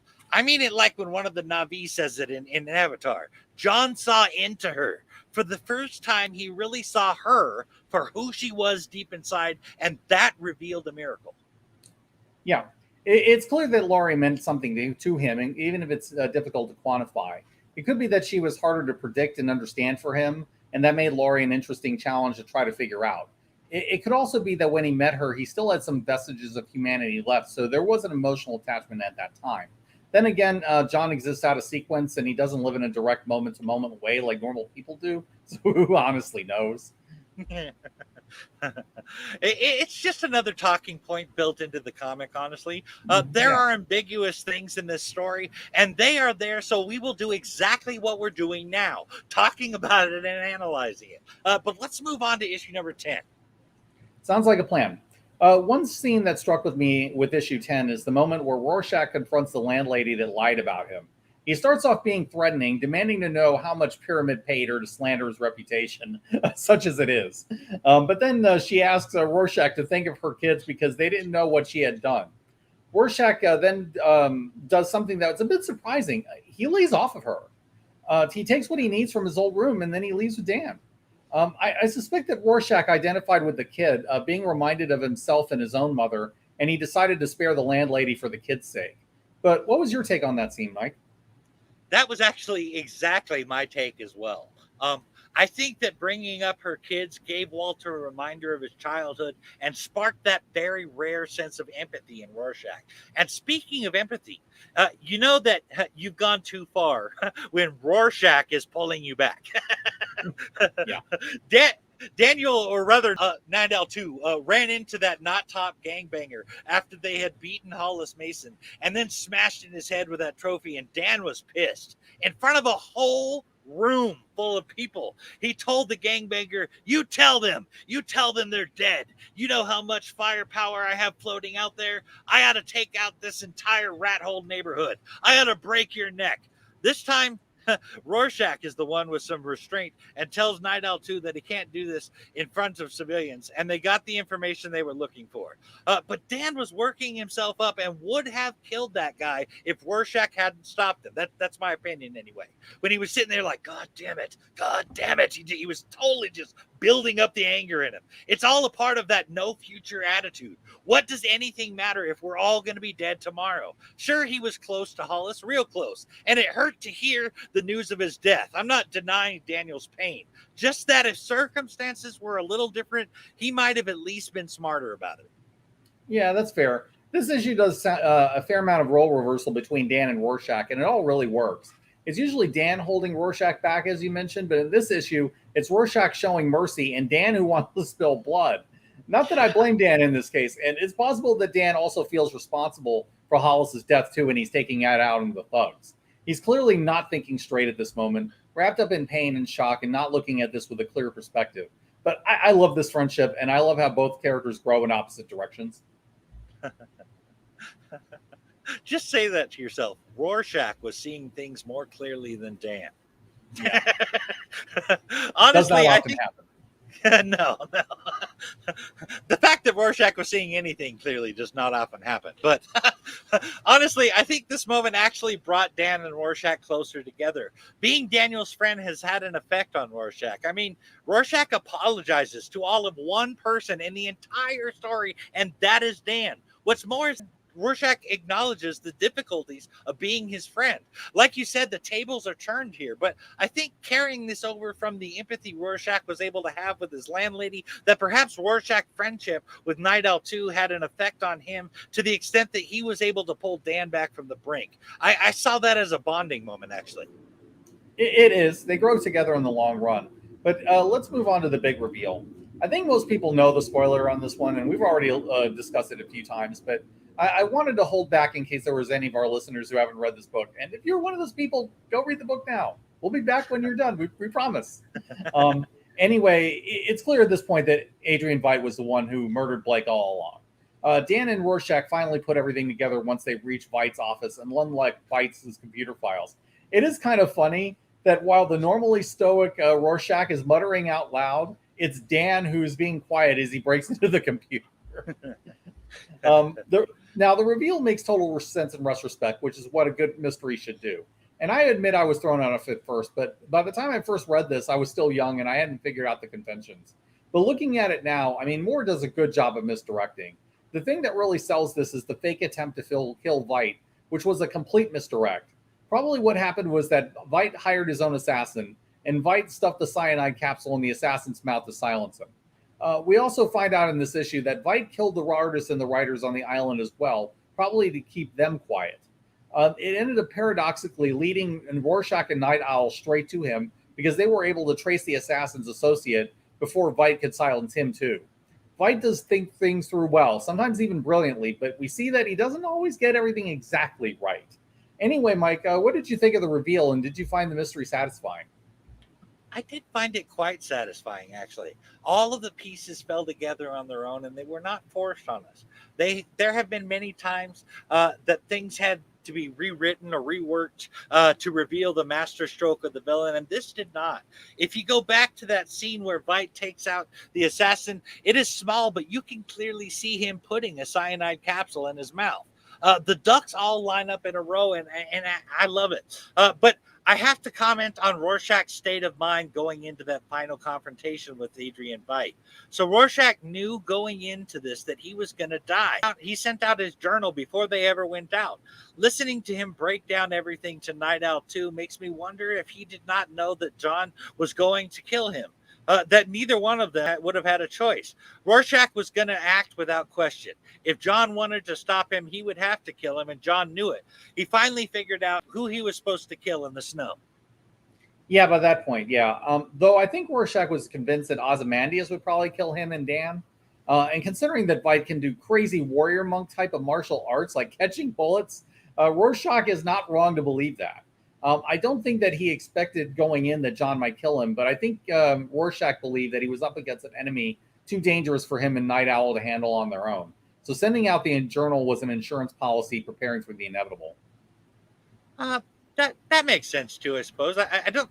I guess I don't think that Rorschach knew that it would be John, based on what you said there. But Right. I definitely think he planned to die. But let's get into issue number 11. As Adrian Veidt walked away from the monitors, I couldn't help but notice the large painting of Alexander the Great cutting the Gordian knot. The legends and even some ancient historians will tell you that many had tried to untie the Gordian knot, but it was made up of a series of intricate knots tied together in such a way that no one could discern which was which and where to begin. I think in this particular scenario, that knot might just represent the Cold War and the growing tensions with Russia and their advancement into Afghanistan. Nobody could see an end to it or how to solve it, just like nobody could figure out the Gordian knot. But like Alexander, Adrian Veidt too had thought outside the box and came up with a solution that would unravel the knot just like Alexander's sword. It would seem that Adrian Veidt imagines the same kind of thing when he looks at the painting he referenced to the nuclear problem as the Gordian knot and to himself as Alexander. Yeah. Now, since you mentioned the Gordian knot, let me run this past you. If you pay attention to the locksmiths that are always going into Dan Dryberg's house to fix the door, look at the name of the company. The company is called Gordian Knot. While it's not spelled out, let's just say that I wouldn't be shocked at all if Gordian Knot is another one of those shell companies owned by Adrian Veidt. Veidt likes to use subsidiary companies with names rooted in ancient history or myth, so it would make a certain amount of sense. I did catch that, and I think you're probably right. I mean, who the hell else is going to name their locksmith company Gordian Knot? I can't think of anybody. But I just love the ongoing little threads like that. An intriguing point I'd forgotten until rereading Watchmen is that Ozymandias had been trailing the Hiller of Hooded Justice. It turns out that the comedian was the agent assigned to investigate the case. It seems that Veidt was suspicious of Blake as well, but he had no evidence to really confirm anything. The fact that Blake was in a position to cover his tracks adds some credence to the Blake killed Mueller theory that I've had for a long time. Regardless, Veidt had never much liked Blake, though he did hold him some regard. Anyway, this connects the dots with the points on Hooded Justice's death that I brought up earlier. Did you have any thoughts on it, Mike? If you're asking me if I think the comedian killed Hooded Justice, then I have to agree with that theory. Not only did Blank threaten Hooded Justice after H.J. beat comedian's ass by telling him that he had H.J.'s number, but the comedian was in fact a government assassin. I mean, he killed JFK, for Christ's sake. Hooded Justice would not get in line with what the Keenack demanded of him, and it makes perfect sense that they would send Blake to kill him. What's more is that Rolf Mueller and his family were Germans in fear of being discovered during the communist witch hunt of the 40s and 50s. Mueller quit his job at the height of the Senate subcommittee hearings on the un-American activities. 3 months later, a badly decomposed body was washed up on the coast of Boston, as identified as Mueller, that was shot through the head. That paints a picture in my mind of Mueller being taken out into the ocean, well away from the land, and Blake putting a bullet in his head. That would explain the decomposition. Could it have been Mueller's own red superiors that killed him? It's possible, but I think the Blake is a much more likely theory. Yeah, so cool. We're on the same page with that. The next point worth addressing is, what do we actually think of Ozymandias' goal and his actual plan? Veidt's desire for a united world is an interesting goal, and I've always been a fan of ideologically driven villains. It should also be said that he's extremely competent, enough so that Night Owl and Rorschach are outmatched at every turn, even though he's outnumbered. At the same time, Alan Moore admitted that his biggest problem with the story is the execution of the plan. Not in terms of basic principle, it should be said. It is true that a common threat will often unite people that might otherwise never cooperate. It's a specific that I have my doubts about. The idea of engineering a creature and then teleporting it to New York as a way of fooling the world into thinking that it's an alien invasion seems a bit far-fetched. Moore admitted that this was inspired by an episode of The Outer Limits, and there's even a small nod to that into the text. Even so, I think the story works well enough as it stands that I'm not going to worry too much on that point. But what was your take on the plan and its execution, Mike? Do you see a way it could have been improved on? I don't, honestly. I think the idea of an imminent alien invasion might have just been the one thing that could work to finally get people focused on Earth survival and not just their own country's survival. It was suddenly about all of them potentially dying, and I don't see another way that could have convinced everyone.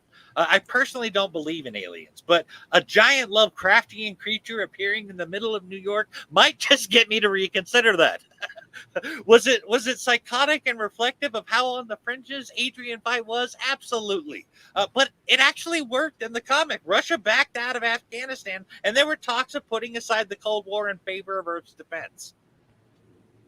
Yeah, this is ultimately why I have a hard time with alternate versions of Veidt's plan, especially in the movie. It's not completely airtight, but it's good enough to work with the story as written, and there's not a perfect version that you can really point to. But why don't we get into the aftermath of New York's destruction? I would love to. Looking at the destruction in those first 6 pages of issue 12 is interesting. Amidst the carnage, we see a one-way sign with the end of it twisted and bent. Next, we see a theater showing the day the earth stood still. Then on that 4th page, we see that newspaper with the Veidt method written on it. Yeah. The theater was referenced in the previous issue as well, so it was nice to see it in this scene. There was also a Tales of the Black Freighter comic floating around in one of the later pages. That hits the idea of the Black Freighter representing death. The time of impact was at midnight exactly, echoing the doomsday clock. Good call on that. It is interesting that the Pale Horse keeps showing up throughout the comic. The rider of the Pale Horse is Death himself, and hell follows him. The idea being that hell is swallowing up the dead that lie in the Pale Horse's wake. The Pale Horse is meant to represent a corpse with its coloring. He uses war and its great sword, nuclear weapons, famines and death, and the beast of the earth to kill a quarter of the population of the earth. This is what Veidt is referring to when he says that he saved the earth from hell. He put an end to the apocalypse and it prevented hell from swallowing them up. He basically killed the Pale Horse and its rider, Death. Yeah, that's a really good call. I agree with all of that. Though it's interesting that you see Pale Horse posters all over throughout the series in the background. On top of that, Pale Horse was scheduled to appear with another band called Crystal Knocked. For those who don't know, Crystal Knocked was the Night of the Broken Glass, where the Nazis incited a violent riot against the Jews following the death of a German diplomat. It was a key incident that led to Hitler and the Nazis assuming total power in Germany. Wow. I did not know that. And actually, I was kind of wondering about the Crystal Knock thing. That is very interesting. But let me switch over to another observation. I had talked about how I can respect and admire unwavering belief in faith, even if I don't agree with it, in our Moon Knight episode. And I have to say that I respect and admire Rorschach's iron beliefs. Not even in the face of Armageddon, and knowingly at the cost of his own life, tears pouring down from his face as he faced death. He would not waver from what he believed to be right. Rorschach is the most messed up person out of the Watchmen. I mean, I cannot get behind 99% of Rorschach's beliefs because they are morally reprehensible or just out there farther than I can go. But out of all of the Watchmen, he was the one uncompromising member of the team. There was nothing, regardless of the scale, that could get Rorschach to go against what he believed to be right. Everyone else had done that at one time or another. Think about Adrian Veidt. Daniel Dreiberg could not believe that Veidt, a pacifist and considered a good man by most, would in fact have killed half of New York or any of the things that he had done to accomplish that. The best among them is a mass murderer and a diabolical pragmatic schemer. Rorschach was a straight up serial killer, a bigot, and more. But there was that one redeeming quality, his uncompromisable belief. I wonder what Moore was trying to say with this seeming contradiction in terms. Any idea on that, Steve? I think Rorschach is the way he is because Alan Moore is an equally uncompromising person. Moore is a completely unwavering when it comes to his artistic vision, and that is the only thing he has in common with Rorschach. Moore has absolutely no sympathy for any of the flaws that you cited, and I don't either. He was not intended to be likable, but he's a character that nevertheless fascinates people despite that intention. And I think the reason why Rorschach has become a popular character and why he still fascinates people to this day is because of that one admiral trait. He refuses to compromise. Not even in the face of Armageddon. Never compromise. I think Moore put that one bit of himself that he could respect, his refusal to compromise on his beliefs, And that made Rorschach as strong as compelling as he is. Some characters are so powerful and charismatic that you just can't ignore them, and that's Rorschach. I think that Moore wanted to create a world where the characters were largely gray and very complicated, and Rorschach ended up being the epitome of that. So you get a character that nobody should like on paper, like at all. But because of that one redeeming feature, he has transcended that role. I could certainly get behind that. I can see why a writer even would need to put at least one admirable trait into Rorschach. It would be hard to write him otherwise, I think. But let's talk about the conclusion of the story, Steve. Sounds good to me. Although the series ends on a satisfying note, it also ends ambiguously. The world has changed because of Veidt's actions, but there's also a fly in the ointment. Rorschach's journal arrives at the New Frontiersman office, and Godfrey's assistant is ordered to include something from the crank file, which also just includes Rorschach's journal. We never know what happens after that, if the journal is published or not, or how the world might respond if they ever learn the truth. The story just ends there, and it's left to the reader to answer that question. While I wouldn't want every story to end this way, I thought this was the best way for Watchmen to end. And this is a major reason why I felt that Watchmen should end there, so that the readers can work out what actually happened for themselves. But I'm curious what you made of the ending, Mike. A couple of things jumped out at me. Veidt had told Nidell and Rorschach that his new world would make that their particular brand of superheroing redundant. And yet both Dan and Laurie were talking about still doing it, but they were taking it in a new direction. I can't help but notice that Laurie said she was going to carry a gun. This seems to suggest that perhaps they are planning on crime fighting like Rorschach was, by killing the criminals. Also, and this part, I almost want to see this fight, honestly. Sally Jupiter gave Dan the Tijuana Bible with her in it and told Dan not to tell his wife. How do you think Laurie is going to respond to Dan owning a new drawing of her mother and keeping it a secret? As for Rorschach's journal, I was pretty sure that Moore intended us to believe that the New Frontiersman was going to print Rorschach's journal. They all but say it outright, in my opinion. With Rorschach sending it there before he dies, and then the kid going over to the pile, I don't know how else to interpret that, honestly. Dan is really going to have to find a really safe place for the Tijuana Bible, is all I have to say. I can't see Laurie particularly taking that well. But then again, I think a lot of what they're doing with their crime fighting is about spicing up their relationship.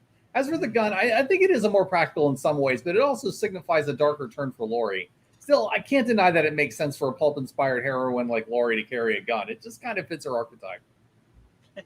Like Greg says, we don't kink shame here. Mm-hmm. I had kind of forgotten about the whole kink thing with those two. I think you're actually onto something there. The gun would certainly up the stakes and the adrenaline. It does also make sense with the pulp connection you're talking about there. I think I'm going to have to go with that. But what about Rorschach's journal? As for Rorschach's journal being published, the ending certainly seems to imply that it's going to be published. Of course, who even knows if the journal would even be believed? The News Frontiersman isn't taken seriously by most people, and on top of that, it would have been released as a crank file piece.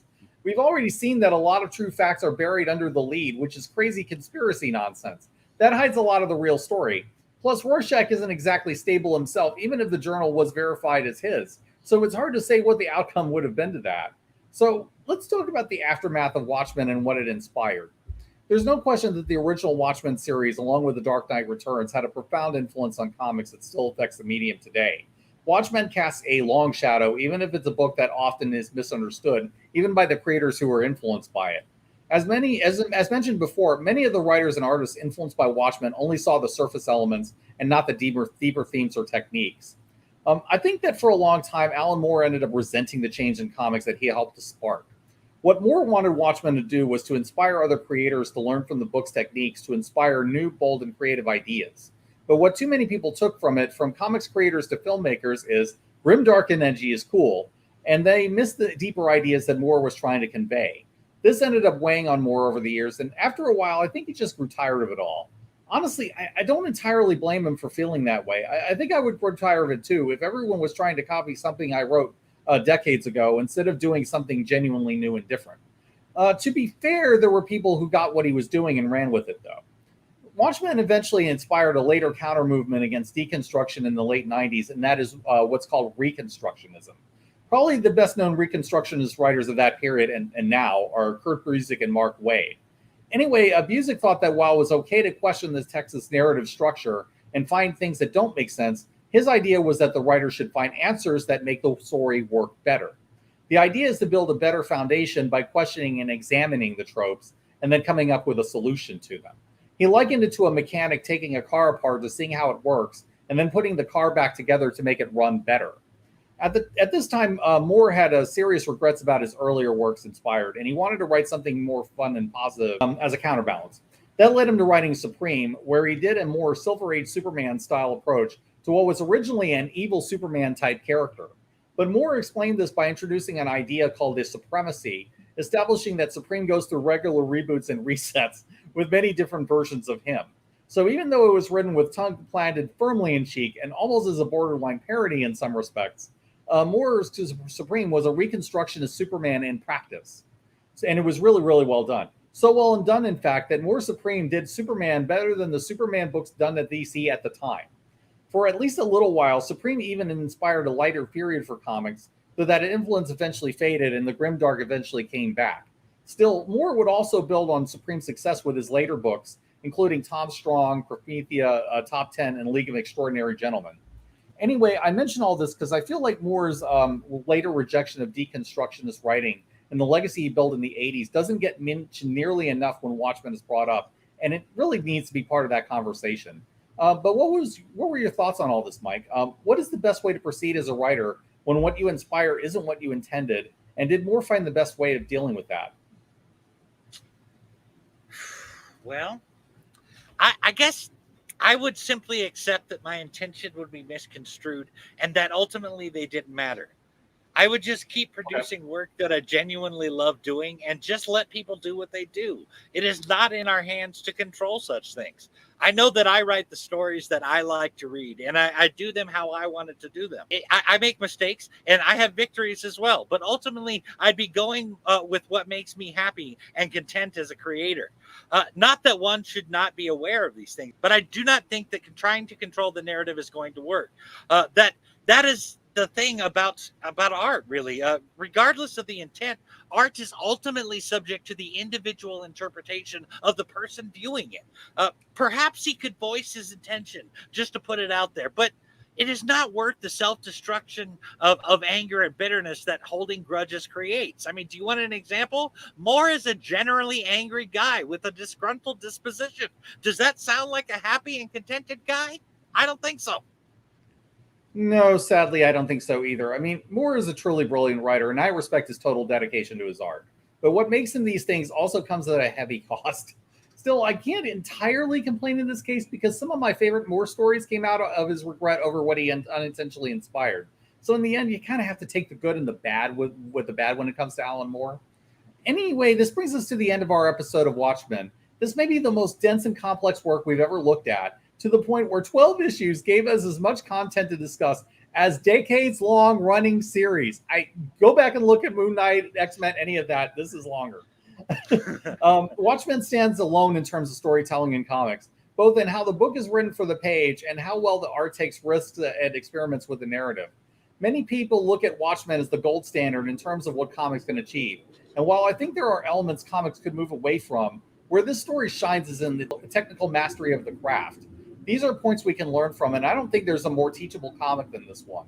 It's always fun taking these deep dives with Mike, especially on a challenging story like this one. Mike, did you have any final thoughts before we close out?